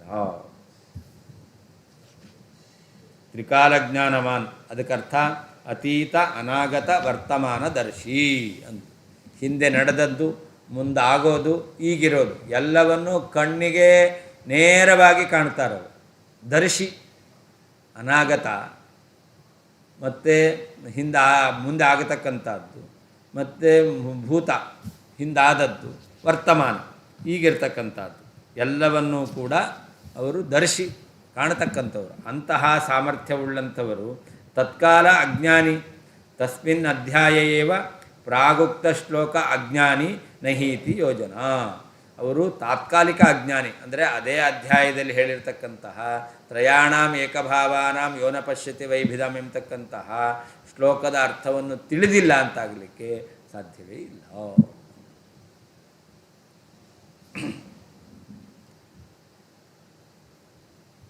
ಮಹಿಮ್ನ್ಯರ್ವಾವೃತ್ತಯಶ್ಚೇತ್ ಕಥಂ ತೇಧಿಕವೃತ್ತಿನಾ ಹರಿಣೈಕ್ಯಂ ಪ್ರಾಪ್ನುವಂತೀತಿ ಆದಿವಾಕ್ಯಂ ವಿಚಾರ್ಯತಾಂ. ಇನ್ನೂ ಒಂದು ಯುಕ್ತಿಯನ್ನು ಹೇಳ್ತಾ ಇದ್ದಾರೆ. ಭಗವಂತನಿಗೂ ಬ್ರಹ್ಮಾದಿಗಳಿಗೂ ಐಕ್ಯ ಇರಲಿಕ್ಕೆ ಸಾಧ್ಯ ಇಲ್ಲ. ಯಾಕೆ ಅಂತಂದರೆ ಅದೇ ಶ್ಲೋಕದಲ್ಲಿ ತಮ್ಮುಪಾಗತಮಾಲಕ್ಷ್ಯ ಎಂಬತಕ್ಕಂತಹ 3 ಶ್ಲೋಕದಲ್ಲಿ 3ನೇ ಶ್ಲೋಕ ಅಪ್ಯರ್ವಾವೃತ್ತಯ ಅಂತಿದೆ. ಅಲ್ಲಿ ಮಹಿತ್ವೇ ಸ್ವಭುವಾದಯ ಅಂತ. ಬ್ರಹ್ಮಾದಿ ದೇವತೆಗಳು ಮಹಿಮಾ ವಿಷಯದಲ್ಲಿ ಅವರು ಅರ್ವಾವೃತ್ತಯ ಅಂತ. ಮಹಿಮಾ ವಿಷಯದಲ್ಲಿ ಅವರೆಲ್ಲ ಕೆಳಗಿದ್ದಾರೆ ಅಂತ. ಹಾಗಾದರೆ ಅವರ ಮಹಿಮೆ ಇವರ ಮಹಿಮೆ ತುಂಬ ಅಂತರ ಇದೆ, ಅದಕ್ಕೆ ವ್ಯತ್ಯಾಸ ಇದೆ. ಹಾಗಿರಬೇಕಾದರೆ ಅವರು ಐಕ್ಯ ಹೊಂದಲಿಕ್ಕೆ ಹೇಗೆ ಸಾಧ್ಯ? ಮಹಿಮ್ನಿ ಅರ್ವಾವೃತ್ತಯಶ್ಚೇತ್ ಕಥಂ ತೇ ಅಧಿಕ ವೃತ್ತಿನ ಹರಿಣ ಐಕ್ಯಂ ಪ್ರಾಪ್ನುವಂತಿ. ಇವರು ಮಹಿಮೆಯಲ್ಲಿ ಕೆಳಗೆ ಇದ್ದಾರೆ, ತುಂಬ ಕೆಳಗಿನ ಅಲ್ಪವಾದ ಮಹಿಮೆ ಉಳ್ಳವರ. ಅರ್ವಾವೃತ್ತ ಅಂದರೆ ಅಲ್ಪವಾದ ಮಹಿಮೆಯನ್ನು ಹೊಂದಿದ್ದಾರೆ ಅಂತ ಅರ್ಥ. ಅಲ್ಪವಾದ ಮಹಿಮೆಯನ್ನು ಹೊಂದಿರತಕ್ಕಂತಹ ಈ ಬ್ರಹ್ಮಾದಿ ದೇವತೆಗಳು ಅಧಿಕ ವೃತ್ತಿನ ಹರಿಣ, ಪರಮಾತ್ಮನ ಮಹಿಮೆ ಅಪಾರವಾಗಿರ್ತಕ್ಕಂಥದ್ದು. ಅಂತಹ ಅಪಾರವಾದ ಮಹಿಮೆ ಉಳ್ಳಂತಹ ಪರಮಾತ್ಮನಿಂದ ಅವರು ಐಕ್ಯವನ್ನು ಹೊಂದಲಿಕ್ಕೆ ಹೇಗೆ ಸಾಧ್ಯ? ಇಲ್ಲವೇ ಇಲ್ಲ. ಲೋಕದಲ್ಲಿ ನೋಡ್ತೇವೆ, ಒಬ್ಬ ಸೇವಕ ಇನ್ನೊಬ್ಬ ಯಜಮಾನ ಒಂದು ಸಭೆಯಲ್ಲಿ ಒಂದೇ ಸಮಾನವಾದ ಆಸನದಲ್ಲಿ ಕೂಡ್ತಾರಾ? ಇಲ್ಲ, ಕೆಳಗೆ ಕೂಡಿಸು ಅಂತಾರೆ. ಮೇಲೆ ಬಂದರೆ ಸಾಕು, ಯಾಕೆ ಬರ್ತಾನೆ ಕೇಳು ಅಂತಾರೆ, ಬರಲಿಕ್ಕೆ ಬಿಡಲ್ಲ. ಹೌದಲ್ವ? ಆಮೇಲೆ ಕೂಡೋದು. ಹೀಗಿರಬೇಕಾದ್ರೆ ಭಗವಂತ ಅವನ ಮಹಿಮೆ ಅಪಾರವಾದದ್ದು, ಇವರ ಮಹಿಮೆ ಅಲ್ಪವಾದದ್ದು. ಹೀಗೆ ಅಪಾರ ಪರಮಾತ್ಮನ ಮಹಿಮೆಗೆ ಪಾರವೇ ಇಲ್ಲ, ಅಂದರೆ ಒಂದು ಮಿತಿ ಇಲ್ಲ, ಗಡಿ ಇಲ್ಲ. ಅವನ ಮಹಿಮೆ ಬಗೆ ಬಗೆಯ ನೂತನವ ಕಾಣುತ್ತಾ ಮಿಗಹರ್ಷಂ ಲಕ್ಷ್ಮೀದೇವಿಗೆ. ಹಾಗಿರಬೇಕಾದ್ರೆ ಇಂತಹ ಮಹಾಮಹಿಮೆ ಉಳ್ಳಂತಹ ಪರಮಾತ್ಮನಿಗೂ ಅಲ್ಪವಾದಂತಹ ಮಹಿಮೆ ಉಳ್ಳಂತಹ ಬ್ರಹ್ಮಾದಿಗಳಿಗೂ ಐಕ್ಯ ಬರಲಿಕ್ಕೆ ಹೇಗೆ ಸಾಧ್ಯ? ಇಲ್ಲವೇ ಇಲ್ಲ. ಮಹಿಮ್ನಿ ಮಹಿಮಾ ವಿಷಯದಲ್ಲಿ ಅರ್ವಾವೃತ್ತಯಶ್ಚೇತ್ ಕೆಳಗೆ ಇರುವವರಾದರೆ ತೇ ಆ ಬ್ರಹ್ಮಾದಿ ದೇವತೆಗಳು ಅಧಿಕ ವೃತ್ತಿನ ಅಧಿಕವಾದ ಮಹಿಮೆಯಿಂದ ಕೂಡಿದ ಹರಿಣ ಪರಮಾತ್ಮನಿಂದ ಐಕ್ಯಂ ಅಭೇದವನ್ನು ಕಥಂ ಹೇಗೆ ಪ್ರಾಪ್ನುವಂತಿ ಹೊಂದುತ್ತಾರೆ ಇತ್ಯಾದಿ ಇದೇ ಮೊದಲಾದ ವಾಕ್ಯವು ವಿಚಾರ್ಯತಾಂ ವಿಚಾರಿಸಲ್ಪಡಲಿ, ವಿಮರ್ಶೆ ಮಾಡಲ್ಪಡಲಿ, ಆವಾಗ ನಿಮಗೆ ಅರ್ಥ ಆಗುತ್ತೆ ಅಂತ. ಮಹಿಮ್ನಿ ಮಹಿಮಾ ವಿಷಯದಲ್ಲಿ ಅರ್ವಾವೃತ್ತಯಶ್ಚೇತ್ ಕೆಳಗೆ ಇರುವವರಾದರೆ ತೇ ಆ ಬ್ರಹ್ಮಾದಿಗಳು ಅಧಿಕ ವೃತ್ತಿನ ಅಧಿಕ ಮಹಿಮೆಯನ್ನು ಹೊಂದಿರುವಂತಹ ಹರಿಣ ಪರಮಾತ್ಮನಿಂದ ಐಕ್ಯಂ ಅಭೇದವನ್ನು ಕಥಂ ಹೇಗೆ ಪ್ರಾಪ್ನುವಂತಿ ಹೊಂದುತ್ತಾರೆ ಇತ್ಯಾದಿ ಇದೇ ಮೊದಲಾದ ವಾಕ್ಯವು ವಿಚಾರ್ಯತಾಂ ವಿಮರ್ಶಿಸಲ್ಪಡಲಿ. ತೇ ಅದಕ್ಕರ್ಥ ಬ್ರಹ್ಮಾದ್ಯಾಹ ಅಂತ. ಬ್ರಹ್ಮ ಮೊದಲಾಗಿರ್ತಕ್ಕಂಥವರಲ್ಲಿ ತೇ ಅಂತಿದೆ. ಮಹಿಮ್ನೆ ಅರ್ವಾವೃತ್ತಯಶ್ಚೇತ್ ಕಥಂ ತೇ ಅಧಿಕ ವೃತ್ತಿನ ತೇ ಏನಂದರೆ ಬ್ರಹ್ಮಾದಿ ದೇವತೆಗಳು ಅಂತ. ಇತಿ ಅನೇನ ಪ್ರಕಾರೇಣ ಅಲ್ಲಿ ಹರಿಣಾ ಐಕ್ಯಂ ಪ್ರಾಪ್ನುವಂತಿ ಇತಿ ಆದಿವಾಕ್ಯಂ. ಇತಿ ಅಂದರೆ ಈ ಕ್ರಮದಲ್ಲಿ ಅಂತ. ಆದಿವಾಕ್ಯಂ ಆದೌ ಅಂತಂದರೆ ಏನರ್ಥ? ಹರ್ಯಾಗಮನ ಪ್ರಸ್ತಾವೇ ವಿದ್ಯಮಾನಂ ಇದಂ ವಾಕ್ಯಂ ಅಂತ. ಇದು ಆದಿವಾಕ್ಯ ಅಂದರೆ ಮೊದಲಿರ್ತಕ್ಕಂಥದ್ದು. ಪರಮಾತ್ಮ ಬರೋಕ್ಕಿಂತ ಮೊದಲು ಹರ್ಯಾಗಮನ, ಪರಮಾತ್ಮ ಬರ್ತಾ ಇದ್ದಾನೆ ಅಂತ ಹೇಳ್ತಾ ಇದ್ದಾರೆ. ಆ ಬರೋಕ್ಕಿಂತ ಮೊದಲು ಹೇಳಿರ್ತಕ್ಕಂತಹ ಶ್ಲೋಕ. ಆ ವಾಕ್ಯವನ್ನು ವಿಚಾರ್ಯತಾಂ ವಿವೇಕಿ ವಿಹಿತಿ ಶೇಷಃ. ಯಾರು ವಿಚಾರ ಮಾಡಬೇಕು? ತಲೆ ಇದ್ದವರು. ತಲೆ ಎಲ್ರಿಗೂ ಇರುತ್ತೆ, ಆದರೆ ಜ್ಞಾನ ವಿವೇಕ, ಯಾವುದು ಸರಿ ಯಾವುದು ತಪ್ಪು ಎಂಬತಕ್ಕಂತಹ ನಿರ್ಣಯ ಮಾಡತಕ್ಕಂತಹ ಜ್ಞಾನವುಳ್ಳವರು, ಅವರು ವಿಚಾರ ಮಾಡಿದ್ರೆ ಅರ್ಥ ಆಗುತ್ತೆ. ಯನ್ಮಾಯಯ ಗಹನಯ ಇತ್ಯುಕ್ತಂ ಮಧ್ಯೆ ಭೃಗೋರ್ವಚಃ ಆಶ್ರಯಾಶಿ ಭಾವಾದ್ಯೈಃ ಸ್ವರೂಪೈಕ್ಯಂ ನಿಷೇಧತಿ. ಹಿಂದೆ ಹೇಳಿದರು, ಯನ್ಮಾಯಯ ಗಹನಯ ಉಪಹತಾತ್ಮಬೋಧಾಃ ಬ್ರಹ್ಮಾದಯಸ್ತನುಭೃತಃ ತಮಸಿ ಸ್ವಪಂತಃ ನಾತ್ಮಾಶ್ರಿತಂ ತವ ವಿದಂತೆ ಅಧುನಾಪಿ ತತ್ವಂ ಸೋಯಂ ಪ್ರಸೀದತು ಭವಾನ್ ಪ್ರಣತಾತ್ಮಬಂಧು ಅಂತ ಭೃಗು ಋಷಿಗಳು ಭಗವಂತನನ್ನು ಸ್ತೋತ್ರ ಮಾಡಿದ್ದಾರೆ ಅಂತ ಹೇಳಿದರು. ಯನ್ಮಾಯಯ ಗಹನಯ ಇತಿ ಉಕ್ತಂ ಭೃಗೋಃ ವಚಃ. ಯಾವ ಭಗವಂತನ ಗಂಭೀರವಾಗಿರ್ತಕ್ಕಂತಹ ಮಾಯಾ ಇಚ್ಛೆಯಿಂದ ಎಲ್ಲ ಬ್ರಹ್ಮಾದಿ ದೇವತೆಗಳು ಕೂಡ ಉಪಹತಾತ್ಮಬೋಧಾಃ ಅಂತ ಆ ಪರಮಾತ್ಮನ ಜ್ಞಾನವನ್ನು ಕಳ್ಕೊಂಡಿದ್ದಾರೆ ಅಂತ ಹೇಳಿದ್ದಾರೆ. ಅಂತಹ ಅಷ್ಟೇ ಅಲ್ಲ, ಆತ್ಮಾಶ್ರಿತಂ ನ ವಿದಂತಿ, ತಮ್ಮಲ್ಲಿಯೇ ಇರುವ ಪರಮಾತ್ಮನನ್ನು ತಿಳಿಯೋದಿಲ್ಲ. ಇಲ್ಲಿ ಆಶ್ರಯ ಆಶ್ರಯೀಭಾವ ಇದೆ. ಭಗವಂತ ಬ್ರಹ್ಮಾದಿ ದೇವತೆಗಳ ಹೃದಯದಲ್ಲಿ ಇದ್ದಾನೆ. ಹಾಗೆಯೇ ಆಶ್ರಿತನಾದವನು ಭಗವಂತ.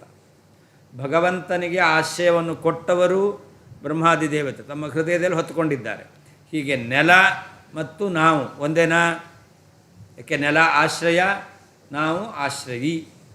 ಹಾಗೆ ಭಗವಂತ ಆಶ್ರಯಿ, ಬ್ರಹ್ಮಾದಿಗಳು ಆಶ್ರಯ.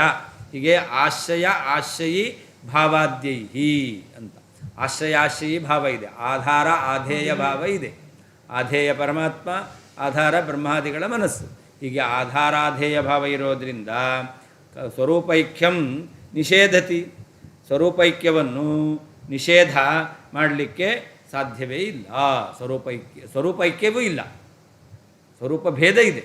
ಸ್ವರೂಪೈಕ್ಯ ಎಂಬತಕ್ಕ ಆಶ್ರಯಾಶ್ರಯಿ ಭಾವ ಇರೋದರಿಂದ ಸ್ವರೂಪೈಕ್ಯ ಇಲ್ಲ ಎಂಬತಕ್ಕಂಥದ್ದನ್ನು ಆ ಭೃಗು ಋಷಿಗಳು ಸ್ತೋತ್ರ ಮಾಡಿರ್ತಕ್ಕಂತಹ ವಾಕ್ಯ ಅದು ಮಧ್ಯದಲ್ಲಿರ್ತಕ್ಕಂಥದ್ದು.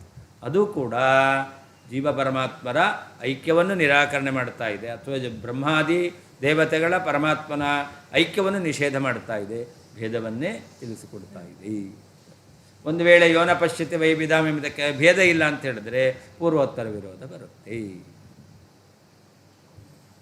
ಯನ್ಮಾಯಯ ಗಹನಯ ಇತಿ, ಯನ್ಮಾಯಯ ಗಹನಯ ಎಂಬತಕ್ಕಂತಹ ಶ್ಲೋಕದಲ್ಲಿ ಮಧ್ಯೆ ಈ ವಾಕ್ಯದ ಮಧ್ಯದಲ್ಲಿ ಉಕ್ತಂ ಹೇಳಲ್ಪಟ್ಟಂತಹ ಭೃಗೋರ್ವಚಃ, ಭೃಗು ಋಷಿಗಳ ಮಾತು, ಆಶ್ರಯಾಶ್ರಯಿ ಭಾವಾದ್ಯೈಹಿ, ಆಧಾರತ್ವ ಆಧೇಯತ್ವ ಎಂಬತಕ್ಕಂತಹ ಧರ್ಮಗಳ ಬಲದಿಂದ ಸ್ವರೂಪೈಕ್ಯಂ, ಬ್ರಹ್ಮರುದ್ರ ಪರಮಾತ್ಮನಿಗೆ ಸ್ವರೂಪತಃ ಐಕ್ಯವನ್ನು ನಿಷೇಧತಿ, ನಿರಾಕರಣೆ ಮಾಡುತ್ತಾ ಇದೆ. ಯನ್ಮಾಯಯ ಗಹನಯ ಇತಿ, ಯನ್ಮಾಯಯ ಗಹನಯ ಎಂಬತಕ್ಕಂತಹ ಈ ಶ್ಲೋಕದಲ್ಲಿ ಮಧ್ಯೆ ಈ ಮಾತುಗಳ ಮಧ್ಯದಲ್ಲಿ ಇರುವಂತಹ ಉಕ್ತಂ ಹೇಳಲ್ಪಟ್ಟ ಭೃಗೋರ್ವಚಃ, ಭೃಗು ಋಷಿಗಳ ಮಾತು, ಆಶ್ರಯಾಶ್ರಯಿ ಭಾವಾದ್ಯೈಹಿ, ಆಧಾರತ್ವ ಆಧೇಯತ್ವ ಎಂಬ ವಿರುದ್ಧವಾದ ಧರ್ಮಗಳ ಬಲದಿಂದ ಸ್ವರೂಪೈಕ್ಯಂ, ಬ್ರಹ್ಮ ರುದ್ರ ವಿಷ್ಣು ಇವರಿಗೆ ಸ್ವರೂಪತಃ ಐಕ್ಯವನ್ನು ನಿಷೇಧತಿ, ನಿರಾಕರಣೆ ಮಾಡುತ್ತಾ ಇದೆ. ಮಧ್ಯಗತ ಭೃಗುವಾಕ್ಯೇನಾಪಿ ಸ್ವರೂಪಭೇದಃ ಏವ ಸಿದ್ಧ್ಯತಿ ಇತ್ಯಾಹ ಯನ್ಮಾಯಯ ಇತಿ. ತ್ರಯಾಣಾಮೇಕಭಾವಾನಾಂ ಎಂಬತಕ್ಕಂಥ ಶ್ಲೋಕ, ತಮುಪಾಗತಮಾಲಕ್ಷ್ಯ ಎಂಬತಕ್ಕಂಥ ಶ್ಲೋಕ, ಇವೆರಡರ ಮಧ್ಯದಲ್ಲಿರ್ತಕ್ಕಂಥ ಶ್ಲೋಕ ಯನ್ಮಾಯಯ ಗಹನಯ ಅಪಹತಾತ್ಮಬೋಧಾಹ ಎಂಬುದಾಗಿ ಉಪಹತಾತ್ಮಬೋಧ ಎಂಬತಕ್ಕಂತಹ ಭೃಗು ಋಷಿಗಳ ಮಾತು. ಇದು ಎರಡರ ಮಧ್ಯದಲ್ಲಿರ್ತಕ್ಕಂಥದ್ದು. ದೆಹಲಿ ದೀಪನ್ಯಾಯ, ಮಧ್ಯದಲ್ಲಿ ದೀಪ ಇಟ್ಟರೆ ಆ ಕಡೆಗೂ ಕಾಣಿಸುತ್ತೆ, ಈ ಕಡೆಗೂ ಕಾಣಿಸುತ್ತೆ. ಅಂದರೆ ಈ ಮಧ್ಯದಲ್ಲಿರ್ತಕ್ಕಂಥ ಈ ಶ್ಲೋಕ ಹಿಂದೆ ಹೇಳಿರ್ತಕ್ಕಂಥ ಶ್ಲೋಕದ ಅರ್ಥ, ಮುಂದೆ ಇರತಕ್ಕಂಥ ಶ್ಲೋಕದ ಅರ್ಥ, ಎರಡರ್ಥವನ್ನು ಕೂಡ ಸ್ಪಷ್ಟವಾಗಿ ತಿಳಿಸ್ಕೊಡುತ್ತೆ. ಆಶ್ರಯಾಶ್ರಯಿ ಭಾವವನ್ನು ಹೇಳಿದ್ದಾರೆ, ಆತ್ಮಾಶ್ರಿತಂ ನ ವಿದಂತಿ ಅಂತ, ತಮ್ಮಲ್ಲಿ ಆಶ್ರಯವನ್ನು ಪಡೆದ. ಆದ್ದರಿಂದಾಗಿ ಈ ಶ್ಲೋಕ ಎಂಬತಕ್ಕಂಥದ್ದು ಎರಡೂ ಶ್ಲೋಕಗಳ ಅರ್ಥವನ್ನು ಆಶ್ರಯಾಶ್ರಯಿ ಭಾವ ಭೇದವನ್ನು ಹೇಳಿದ್ದಾರೆ ಎಂಬತಕ್ಕಂಥದ್ದರಿಂದ ಸ್ಪಷ್ಟವಾಗಿ ತಿಳಿಸ್ಕೊಡುತ್ತೆ. ಅಂದರೆ ಭೃಗುಗತ ಮಧ್ಯಗತ ಭೃಗುವಾಕ್ಯೇನ, ಮಧ್ಯದಲ್ಲಿರುವಂತಹ ಭೃಗು ಋಷಿಗಳ ವಾಕ್ಯದಿಂದಲೂ ಸ್ವರೂಪಭೇದ ಏವ. ಯಾವುದಕ್ಕೆ?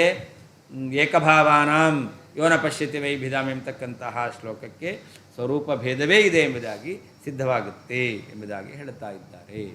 ಮಧ್ಯೆ ಅಂದರೆ ಎಲ್ಲಿ ಮಧ್ಯದಲ್ಲಿ ಅದನ್ನು ಹೇಳ್ತಾರೆ.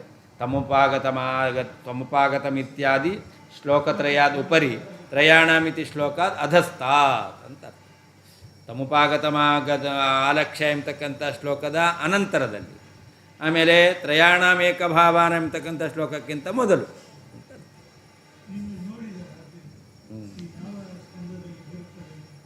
ನಾಲ್ಕನೇ ಸ್ಕಂದದಲ್ಲಿ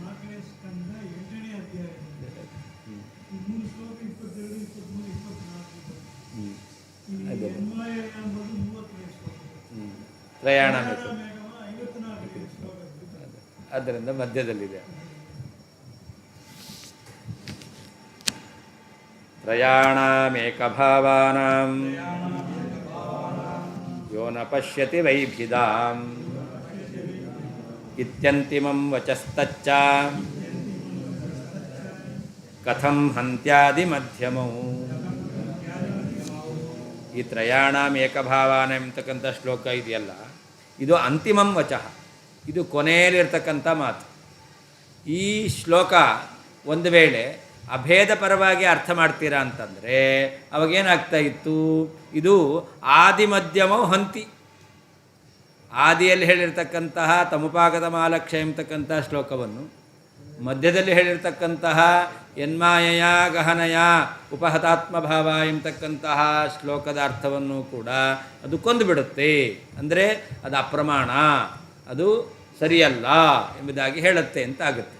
ಆದರೆ ಕೊನೆಯಲ್ಲಿರ್ತಕ್ಕಂಥ ಈ ವಾಕ್ಯ ಮೊದಲು ಹೇಳಿರ್ತಕ್ಕಂತಹ ಈ ತಮುಪಾಗತ ಮಾಲಕ್ಷ್ಯ ಎಂಬತಕ್ಕಂಥ ಶ್ಲೋಕದಲ್ಲಿ ಹೇಳಿದ ಭೇದವನ್ನು, ಯನ್ಮಾಯ ಗಹನಯ ಎಂಬತಕ್ಕಂಥ ಶ್ಲೋಕದಲ್ಲಿ ಹೇಳ್ತಕ್ಕಂತಹ ಭೇದವನ್ನು ಕೂಡ ಅದು ಯಾವಾಗಲೂ ನಿರಾಕರಣೆ ಮಾಡುವುದಿಲ್ಲ ಅಂತ. ಅದಕ್ಕೆ ಅನುಗುಣವಾಗಿಯೇ ಆ ಶ್ಲೋಕದ ಅರ್ಥವನ್ನು ಮಾಡಬೇಕು. ಯಾವುದು ಯಾವುದು ಒಟ್ಟು ಅರ್ಥ ಏನು ಅನ್ನೋದನ್ನು ಹೇಳ್ತಾ ಇದ್ದ ಅಲ್ಲ. ಅಲ್ಲಿ ಹೇಳಿದ ಅರ್ಥ ಏನು? ಅಂತಿಮಂ ವಚಸ್ತಚ್ಚ ಕಥಂ ಹಂತ್ಯಾದಿ ಮಧ್ಯಮವು ಅನ್ನೋದು ಇಲ್ಲಿ ಹೇಳ್ತಾ ಇದ್ದಾರೆ. ಈ ಶ್ಲೋಕ ಹಿಂದೆ ಬಂದಿದೆ. ಈ ಶ್ಲೋಕ ಇದರ ಅಭಿಪ್ರಾಯ ಇದೇನು? ತಚ್ಚ ಅಂತಿಮಂ ವಚಃ, ಅದು ಕೊನೆಯಲ್ಲಿರ್ತಕ್ಕಂಥ ವಾಕ್ಯ. ಇಲ್ಲ, ಅದೇ ಅದನ್ನು ಹೇಳಿ ಅನುವಾದ ಮಾಡಿ ವಿಶೇಷ ವಿಷಯವನ್ನು ಹೇಳ್ತಾ ಇದ್ದಾರೆ. ಇಂತಹ ಕೊನೆಯಲ್ಲಿರ್ತಕ್ಕಂಥ ವಾಕ್ಯ ಮಧ್ಯದಲ್ಲಿ ಮತ್ತು ಮೊದಲು ಹೇಳಿರ್ತಕ್ಕಂಥ ವಿಷಯವನ್ನು ಹೇಗೆ ನಿರಾಕರಣೆ ಮಾಡುತ್ತೆ? ಇಲ್ಲ, ಅದನ್ನು ಅನುವಾದ ಮಾಡಿ ಅದನ್ನು ಖಂಡನೆ ಮಾಡ್ತಾ ಇಲ್ಲ ಅಂತ ಹೇಳ್ತಾರೆ. ಇಲ್ಲ, ನಾವೇನಾದರೂ ವಿಷಯ ಹೇಳಬೇಕಾದ್ರೆ, ನಾವು ಮಾತಾಡಬೇಕಾದರೂ ಕೂಡ ಮಧ್ಯದೊಂದು ವಿಷಯ ಹೇಳಿರ್ತೇವೆ, ಪುನಃ ನೋಡಿ ನೀ ಹೇಗೆ ಹೇಳಿದೆಯಲ್ಲ ಇದರ ಅರ್ಥ ಇದು ಅಂತ ಹೇಳ್ತೇವೆ ಅಲ್ವಾ? ಇಲ್ಲಾಂದರೆ ಅದಕ್ಕೆ ಸಂಬಂಧ ಗೊತ್ತಾಗಲ್ಲ. ಅಂದರೆ ಈಗ ತಮುಪಾಗತ ಮಾಲಕ್ಷ್ಯ ಎಂಬತಕ್ಕಂಥ ಶ್ಲೋಕ ಅದರ ಅರ್ಥವನ್ನು ಬಿಡಿಸಿದ್ರು, ಅದಕ್ಕಿಂತ ಮೊದಲು ಆ ಶ್ಲೋಕದ ತಾತ್ಪರ್ಯ ಏನು ಅಂತ ಹೇಳಿದ್ರು, ಅವಾಗ ಹಿಂದೆ ಹೇಳಿದ್ದು ಏನು ಅಂತ ಗೊತ್ತಿಲ್ಲ. ಅದರಿಂದ ಅದನ್ನು ಅನುವಾದ ಮಾಡಿ ಅದರಿಂದ ಈ ಶ್ಲೋಕಕ್ಕೆ ಹೀಗರ್ಥ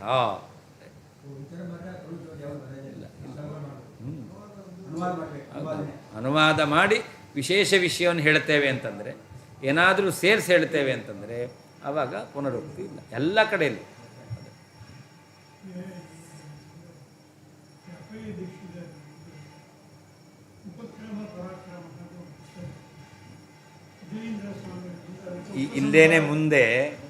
ಇಲ್ಲೇನೆ ಮುಂದೆ ಅದ್ವೈತ ಸಿದ್ಧಾಂತದಲ್ಲಿ ಉಪಕ್ರಮಕ್ಕೆ ಪ್ರಾಬಲ್ಯ, ಅದನ್ನೇ ಹೇಳ್ತಾರೆ. ಆದಿಯಲ್ಲಿ ಭೇದವನ್ನು ಹೇಳಿದ್ದಾರೆ, ಅಂದರೆ ಉಪಕ್ರಮಕ್ಕೆ ಪ್ರಾಬಲ್ಯವನ್ನು ಹೇಳುವವರು ನೀವು. ಈ ಕೊನೆಯಲ್ಲಿ ಬಂದಿರತಕ್ಕಂತಹ ಯಾವ ಶ್ಲೋಕ ಏನು ತ್ರಯಾಣಮೇಕಭಾವಾನಂ ಏನು ಪಶ್ಯತಿ ವೈಭಿಧಾಂ, ಇದಕ್ಕೆ ಮೊದಲಿಗೆ ಅನುಗುಣವಾಗಿ ಅರ್ಥ ಮಾಡಬೇಕು.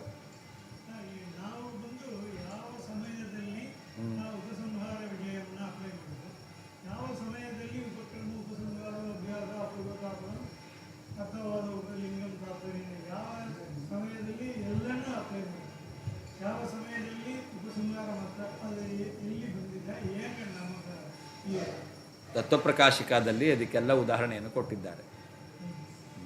ತತ್ವಪ್ರಕಾಶಿಕದಲ್ಲಿ ಬರತಕ್ಕಂಥದ್ದು ಓಂ ತತ್ವ ಸಮನ್ವಯಾತ್ ಓಂ ಅಂತ ಸೂತ್ರ.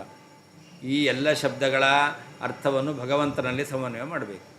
ಭಗವಂತನಲ್ಲಿ ಸಕಲ ಶಬ್ದಗಳನ್ನು ಸಮನ್ವಯ ಮಾಡಬೇಕಾದ್ರೆ ಅಲ್ಲಿರ್ತಕ್ಕಂತಹ ಯುಕ್ತಿ ಯಾವುದು ಅಂತಂದರೆ ಉಪಕ್ರಮ ಉಪಸಂಹಾರವು ಅಭ್ಯಾಸ ಅಪೂರ್ವತ ಫಲಂ ಅರ್ಥವಾದ ಉಪಪತ್ತಿ ಚ ಲಿಂಗಂ ತಾತ್ಪರ್ಯ ನಿರ್ಣಯೇ. ತಾತ್ಪರ್ಯ ನಿರ್ಣಯ ಯಾವ ವೇದವಾಕ್ಯಕ್ಕೆ ಏನು ಅರ್ಥ ಅಂತ ತಾತ್ಪರ್ಯವನ್ನು ನಿರ್ಣಯ ಮಾಡಲಿಕ್ಕೆ ಇದೆಲ್ಲವೂ ಕೂಡ ಯುಕ್ತಿ ಎಂಬುದಾಗಿ ಹೇಳಿದ್ದಾರೆ. ಅವರ ಸಿದ್ಧಾಂತ ಪ್ರಕಾರ ಉಪಕ್ರಮ ಎಂಬತಕ್ಕಂಥದ್ದು ಪ್ರಬಲ. ನಮ್ಮ ಸಿದ್ಧಾಂತ ಪ್ರಕಾರ ಉಪಸಂಹಾರಕ್ಕೆ ಪ್ರಾಬಲ್ಯ. ಆದ್ದರಿಂದ ಉಪಸಂಹಾರಕ್ಕೆ ಪ್ರಾಬಲ್ಯವನ್ನು ಹೇಳಬೇಕು. ಸರಿ, ನೀವು ನಿಮ್ಮದೇ ಇರಲಿ.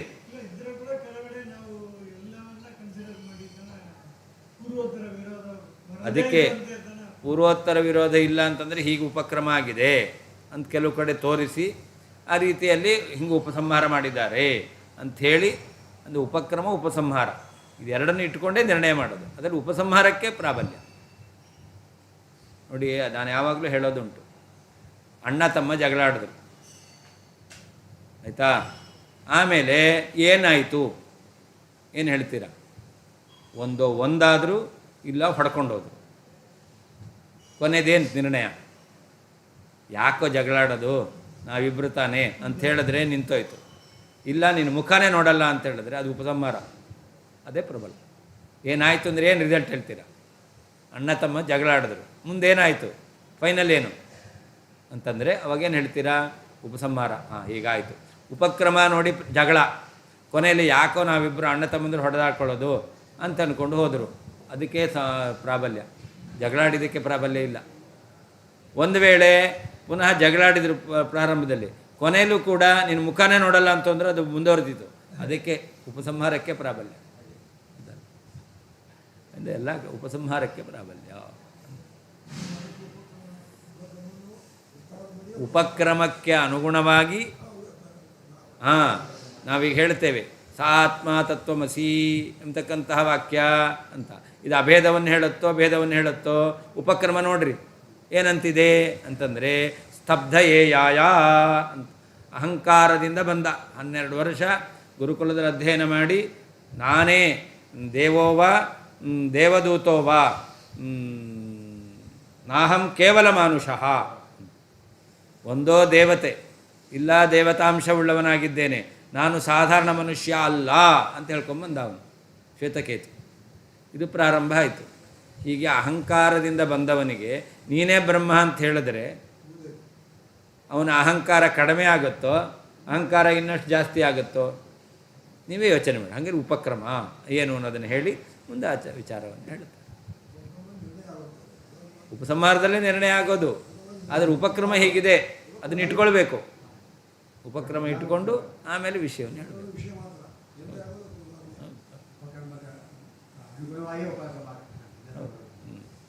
ನಾವು ನಿರ್ಣಯ ಮಾಡಲಿಕ್ಕೆ ಅದು ಸಹಕಾರಿಯಾಗಿರುತ್ತೆ.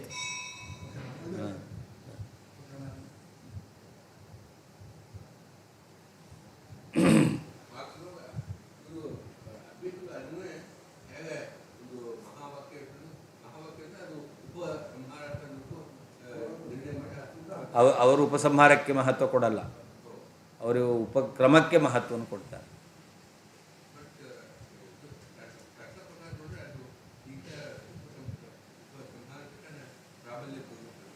ಅದು ಅವರ ಇದರಲ್ಲಿ ಉಪಕ್ರಮಕ್ಕೆ ಏನು ಪ್ರಾರಂಭ ಮಾಡಿದ್ವಿ ಅದು ಮುಖ್ಯ ಅಂತ ಅವ್ರು ಹೇಳ್ತಾರೆ.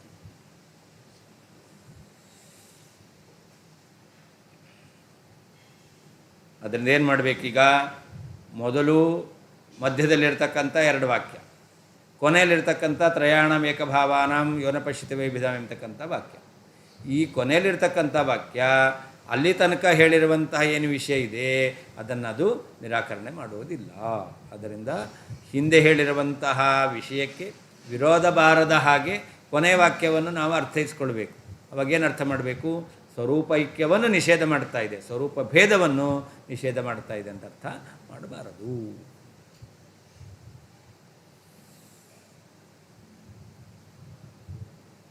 ಇತಿ ಒಂದೇ ಅಭಿಪ್ರಾಯವುಳ್ಳಂತಹ ನಮ್ಮಲ್ಲಿ ಯಾರೂ ಭೇದವನ್ನು ತಿಳಿಯೋದಿಲ್ಲವೋ ಎಂಬುದಾಗಿ ಅರ್ಥವನ್ನು ಹೇಳ್ತಕ್ಕಂತಹ ತ್ರಯಾಣಾಂ ಏಕಭಾವಾನಾಂ ಯೋನ ಪಶ್ಯತಿ ವೈಭಿಧಾಂ, ಇದು ಈ ಶ್ಲೋಕದ ಅರ್ಥ. ಇದು ಏನಂತ, ಏಕಭಾವಾನಾಂ ಒಂದೇ ಅಭಿಪ್ರಾಯವುಳ್ಳಂತಹ ನಮ್ಮಲ್ಲಿ ಯಾರು ಭಿದಾಂ ಭೇದವನ್ನು ನೈವ ಪಶ್ಯತಿ ತಿಳಿಯುವುದಿಲ್ಲವೋ ಇತಿ ಎಂಬತಕ್ಕಂತಹ ತಚ್ಚ ಆಯಾವ ಅಂತಿಮಂ ವಚಃ ಕೊನೆಯ ವಾಕ್ಯವು ಆದಿ ಮಧ್ಯಮೌ ಆದಿಯಲ್ಲಿರುವ ಮಧ್ಯದಲ್ಲಿರುವಂತಹ ವಾಕ್ಯಗಳನ್ನು ಕಥಂ ಹಂತಿ ಹೇಗೆ ನಿರಾಕರಣೆ ಮಾಡುತ್ತದೆ, ಇಲ್ಲವೇ ಇಲ್ಲ.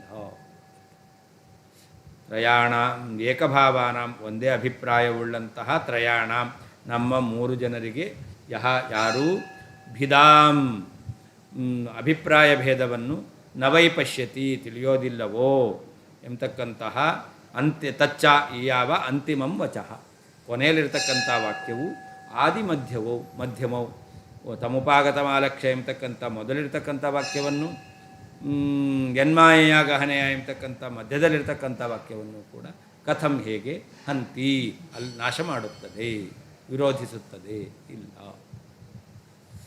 ತತ್ ಅಂತಿಮವಾಕ್ಯಂ ಆದಿಮಧ್ಯಮೌ ಪ್ರಾಗುಕ್ತ ಶ್ಲೋಕತ್ರಯಂ ಭೃಗುವಾಕ್ಯಂಚ ಅಂತ. ಯಾವುದದು ಅಂತಿಮ ವಾಕ್ಯ ಅಂತಂದರೆ ತ್ರಯಾಣಂ ಇತಿ ಅಂತಲ್ಲಿದೆ. ಇತಿ ಅಂತಿಮಂ ವಾಕ್ಯಂ, ಅದು ಸ್ಪಷ್ಟ ಗೊತ್ತಾಯಿತು.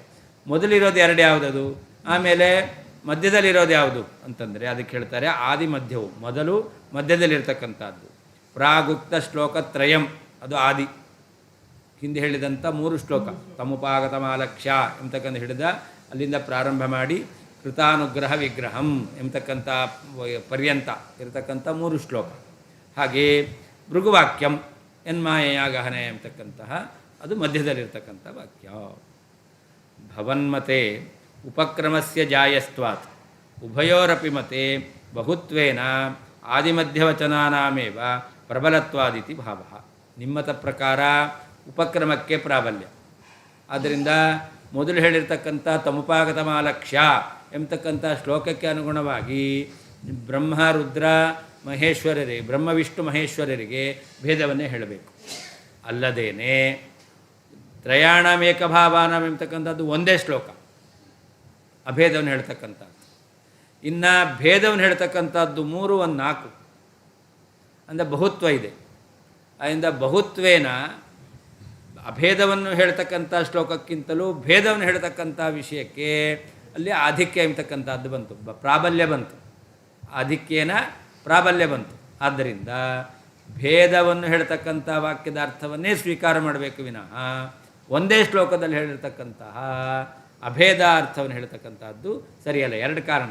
ಒಂದು, ಉಪಕ್ರಮಕ್ಕೆ ಪ್ರಾಬಲ್ಯವನ್ನು ಹೇಳ್ತೀರಾ ನಿಮ್ಮ ಸಿದ್ಧಾಂತ, ಅದನ್ನಿಟ್ಕೊಂಡ್ರು ತಮುಪಾಗತಮಾಲಕ್ಷ್ಯ ಎಂಬತಕ್ಕಂಥ ಶ್ಲೋಕದಲ್ಲಿ ಯನ್ಮಾಯ ಎಂಬತಕ್ಕಂಥ ಶ್ಲೋಕದಲ್ಲಿ ಮೊದಲು ಭೇದವನ್ನೇ ಹೇಳಿದ್ದಾರೆ. ಆದ್ದರಿಂದ ಉಪಕ್ರಮಕ್ಕೆ ಪ್ರಾಬಲ್ಯ ಇರೋದರಿಂದ ಭೇದವನ್ನು ಒಪ್ಪಬೇಕು. ಅಲ್ಲದೇನೆ ನಮ್ಮತ ಪ್ರಕಾರ ಇಟ್ಕೊಳ್ತೀರಾ ಅಂತಂದರೆ ಹೇಳ್ತೇವೆ ಉಪಸಂಹಾರಕ್ಕೆ ಪ್ರಾಬಲ್ಯ. ಆದರೆ ಉಪಸಂಹಾರಕ್ಕೆ ವಾಕ್ಯವನ್ನು ನಿಮ್ಮ ಮತ ಪ್ರಕಾರ ಅರ್ಥ ಮಾಡಿದ್ರೂ ಕೂಡ, ಒಂದು ವೇಳೆ ಅಭೇದವನ್ನು ಅರ್ಥ ಮಾಡಿದ್ರೂ ಕೂಡ ಯೋ ನಪಶ್ಯತಿ ವೈಭಿದ ಭೇದವನ್ನು ತಿಳಿಯೋದಿಲ್ಲ ಅಂತ ಅರ್ಥ ಮಾಡಿದ್ರೆ, ಆವಾಗ ಪ್ರಾಬಲ್ಯ ದೌರ್ಬಲ್ಯ ನಿರ್ಣಯ ಮಾಡಬೇಕಾದ್ರೆ ಹೇಗೆ ಮಾಡಬೇಕು, ಎಲ್ಲಿ ಬಹುತ್ವ ಇದೆಯೋ ಅದಕ್ಕೆ ಪ್ರಾಬಲ್ಯವನ್ನು ಹೇಳಬೇಕು. ಮೊದಲು ಹೇಳಿರ್ತಕ್ಕಂತಹ 4 ಶ್ಲೋಕಗಳಲ್ಲಿ ಭೇದವನ್ನು ಹೇಳಿರೋದ್ರಿಂದ ಆ ಭೇದಬೋಧಕ ವಾಕ್ಯಕ್ಕೆ ಮಹತ್ವ ಬಂತು, ಆಧಿಕ್ಯ ಬಂತು, ಪ್ರಾಬಲ್ಯ ಬಂತು. ಅದೇ ಮುಂದೆ ಹೇಳಿರ್ತಕ್ಕಂಥ ಭೇದವನ್ನು, ನೀವು ಹೇಳ್ತಕ್ಕಂಥ ಸ್ವರೂಪ ಭೇದವನ್ನು ಅದು ಇಲ್ಲ ಅಂತ ಹೇಳುತ್ತೆ. ಅದಕ್ಕೆ ಬೇರೆ ಅರ್ಥನೇ ಮಾಡಬೇಕು ಅಂತ ಹೇಳ್ತೇವೆ. ಪ್ರಾಬಲ್ಯ ಅವ್ರ ಮತ ಪ್ರಕಾರ ಉಪಕ್ರಮತ್ವೇನ ಪ್ರಾಬಲ್ಯ.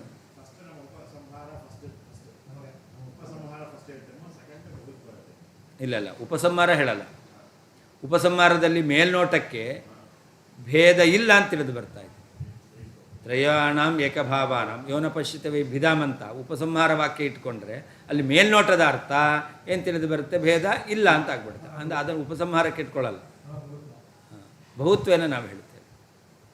ಅದನ್ನು ಹೇಳ್ತೇವೆ ಉಪಕ್ರಮಸ್ಯ ಜಾಯಸ್ವಾತ್. ಭವನ್ಮತೆ ಉಪಕ್ರಮಸ್ಯ ಜಾಯಸ್ವಾತ್. ನಿಮ್ಮ ಮತದಲ್ಲಿ ಉಪಕ್ರಮಕ್ಕೆ ಪ್ರಾಬಲ್ಯ ಇದೆ, ಇಬ್ಬರಿಗೂ ಅನುಗುಣವಾಗಿ ಬಹುತ್ವ ಇದೆ ಅಂತ ಹೇಳ್ತಾರೆ. ಉಭಯೋರಪಿ ಮತೆ ಬಹುತ್ವ. ನಿಮ್ಮತ ಪ್ರಕಾರ ಉಪಕ್ರಮಕ್ಕೆ ಮಹತ್ವ, ಇಬ್ಬರು ಮತ ಪ್ರಕಾರ ಬಹುತ್ವೇನ ಬಾಹುಲ್ಯನ ಅದಕ್ಕೆ ಪ್ರಾಬಲ್ಯ ಇದ್ದೇ ಇದೆ. ಆದಿಮಧ್ಯವಚನಾನಾಮೇವ ಪ್ರಬಲತ್ವಾದಿತಿ ಭಾವ. ಎಲ್ಲಿ ಬೇಕಾರಾಗ ಬಹುತ್ವಕ್ಕೆ ಕೌಂಟ್ ಮಾಡಿದ್ರೆ ಸರಿ, ಆ ಸಂದರ್ಭದಲ್ಲಿ ಬಂದದ್ದಾದರೆ ಸರಿ.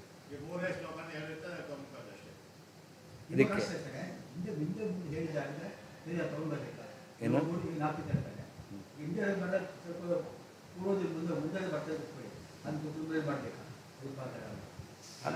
ಬೇಕಾಗಿಲ್ಲ.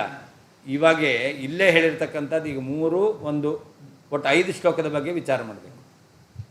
5 ಶ್ಲೋಕದ ಬಗ್ಗೆ ಪ್ರಯಾಣಮೇಕ ಭಾವನೆ ಎಂಬತಕ್ಕಂಥ ಶ್ಲೋಕ, ಮಧ್ಯದಲ್ಲಿರ್ತಕ್ಕಂತಹ ಯನ್ಮಾಯಾಗಹನೆ ಎಂಬತಕ್ಕಂಥ ಶ್ಲೋಕ, ಆಮೇಲೆ ತಮುಪಾಗತ ಮಾಲಕ್ಷ್ಯ ಎಂಬತಕ್ಕ 3 ಶ್ಲೋಕ.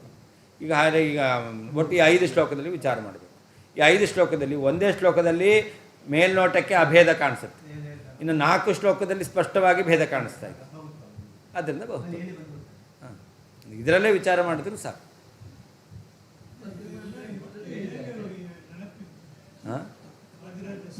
ಅದೇ ಅವರಿಗೆ ನಾವು ಮಹನೀಯರು ಅಂತ ಹೇಳೋದು. ನಮಗೆ ನಿನ್ನೆ ಓದಿದ್ದು ಅಥವಾ ಈಗ ಓದಿದ್ದೇ ನೆನಪಿರಲ್ಲ, ಅದು ನಮ್ಮ ಮಹತ್ವ, ಅದು ಅವ್ರ ಮಹತ್ವ.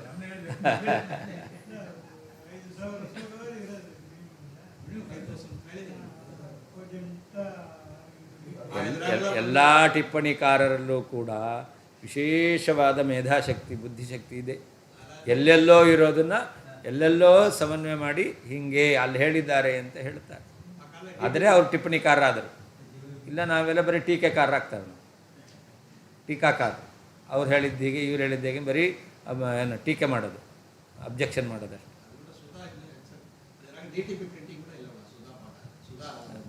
ಹೌದು, ನೀವು ಗೂಗಲ್ ಸರ್ಚ್ ಮಾಡಲಿ ಎಲ್ಲಿದೆ ಏನು ಅಂತೆಲ್ಲ ಇಲ್ಲವೇ ಇಲ್ಲ. ಎಲ್ಲ ಮನಸ್ಸೇ ಕಂಪ್ಯೂಟರ್. ಅವಾಗ ಅದರಲ್ಲೇ ಎಲ್ಲ ಸರ್ಚ್ ಮಾಡಿ ಎಲ್ಲ ಮಾಡಬೇಕು. ಪ್ರತಿಯೊಬ್ಬ ಟಿಪ್ಪಣಿಕಾರರನ್ನು ಓದಿದ್ರೂ ಕೂಡ ನಮಗೆ ಗೊತ್ತಾಗುತ್ತೆ ಅವರ ಬುದ್ಧಿಶಕ್ತಿ, ಅವರ ತಪಶಕ್ತಿ ಏನು. ಉಪಕ್ರಮ ಅಂದರೆ ಪ್ರಾರಂಭ, ಮೊದಲು ಹೇಳಿದ್ದು ಅಂತ. ಉಪಸಂಹಾರ ಅಂದರೆ ಮುಗಿಸೋದು, ಕೊನೆಯಲ್ಲಿ ಹೇಳಿದ್ದು.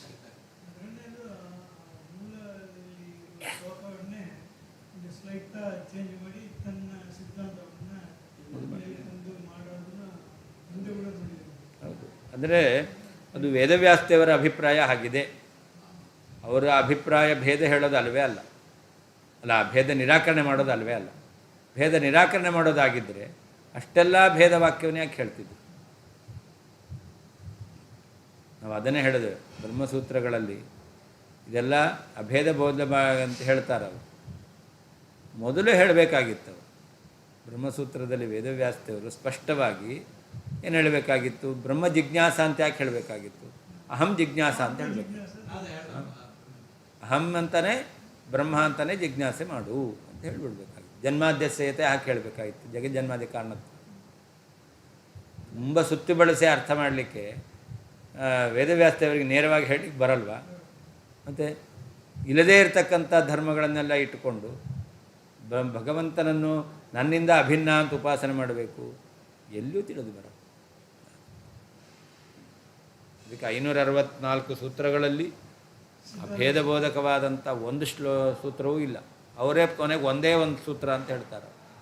ಅವ್ರ ಮತ ಪ್ರಕಾರವೂ ಕೂಡ ಸ್ಪಷ್ಟವಾಗಿ ಹೇಳತಕ್ಕಂಥ ಭೇದವ್ಯಪದೇಶಾತು ಭೇದವ್ಯಪದೇಶ ಅನ್ಯ ಪೃಥಗುಪದೇಶಾತು ಮುಕ್ತೋಪಸೃಪ್ಯೋಪದೇಶ ಹಿಂದೆ ಹೇಳಿದ್ರಲ್ಲ, ಎಲ್ಲ ಸೂತ್ರಗಳಲ್ಲಿಯೂ ಕೂಡ ಸ್ಪಷ್ಟವಾಗಿ ಭೇದವೇ ಕಂಡು ಬರ್ತಾ ಇದೆ.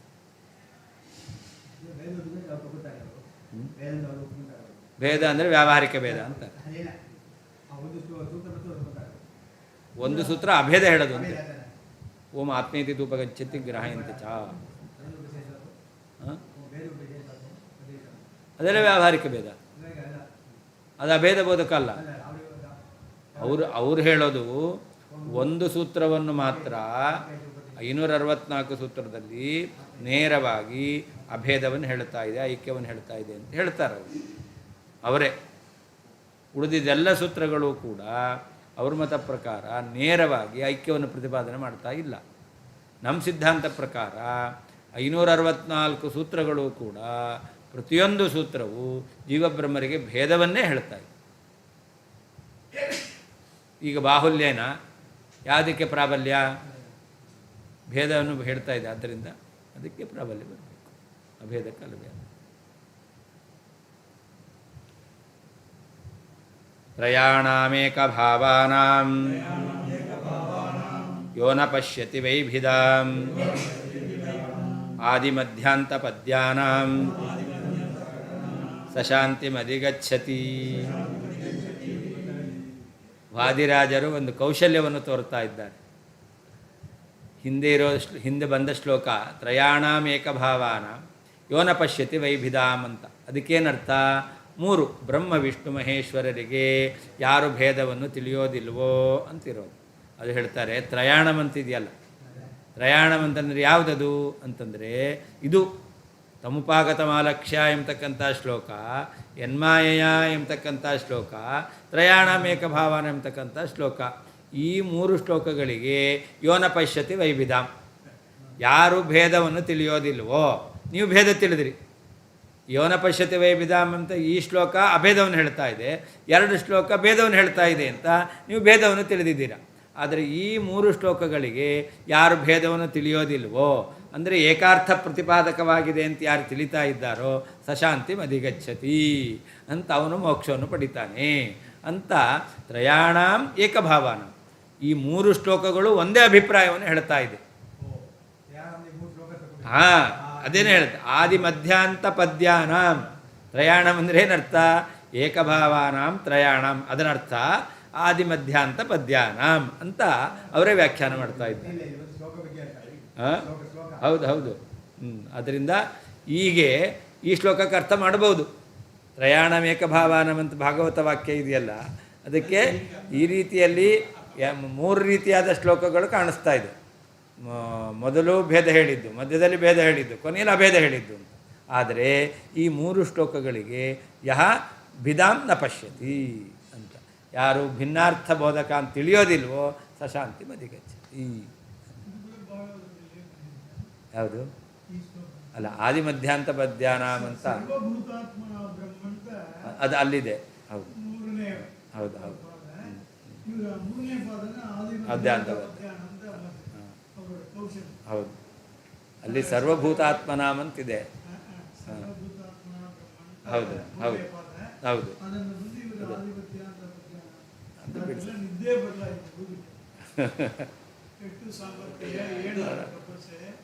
ಅದೆಲ್ಲ ನಾವು ಓದಿದ್ದು ಮಸ್ತ್ ಅವ್ರು ಹೇಗೆ ಕೋರಿಲೇಟ್ ಮಾಡ್ತಾರೆ, ಜೋಡಿಸ್ತಾರೆ, ಅಡ್ವಾನ್ಸಿಂಗ್ ಆರ್ಗ್ಯುಮೆಂಟ್. ನವನವೋನ್ಮೇಷ ಶಾಲಿನಿ ಪ್ರತಿಭಾ ಹೊಸದು ಹೊಳೆಯುತ್ತೆ ಅವರಿಗೆ. ಅವ್ರ ಕಾಲದಲ್ಲಿ ಹುಟ್ಟಿ ಅವ್ರಿಗೆ ಸೇವೆ ಮಾಡಿದಾರೆ. ನಾವು ಇದನ್ನು ಅಧ್ಯಯನ ಮಾಡ್ತೇವಲ್ಲ, ಅಷ್ಟೇ ನಮ್ಮದು.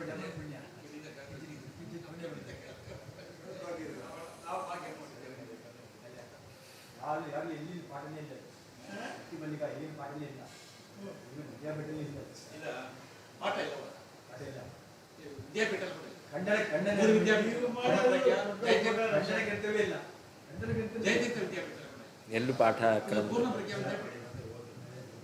ಪಾಠಕ್ರಮದಲ್ಲಿ ಪಠ್ಯಭಾಗದಲ್ಲಿ ಇಲ್ಲ. ಆಮೇಲೆ ಅವರೇ ಅಧ್ಯಯನ ಮಾಡಬಹುದು.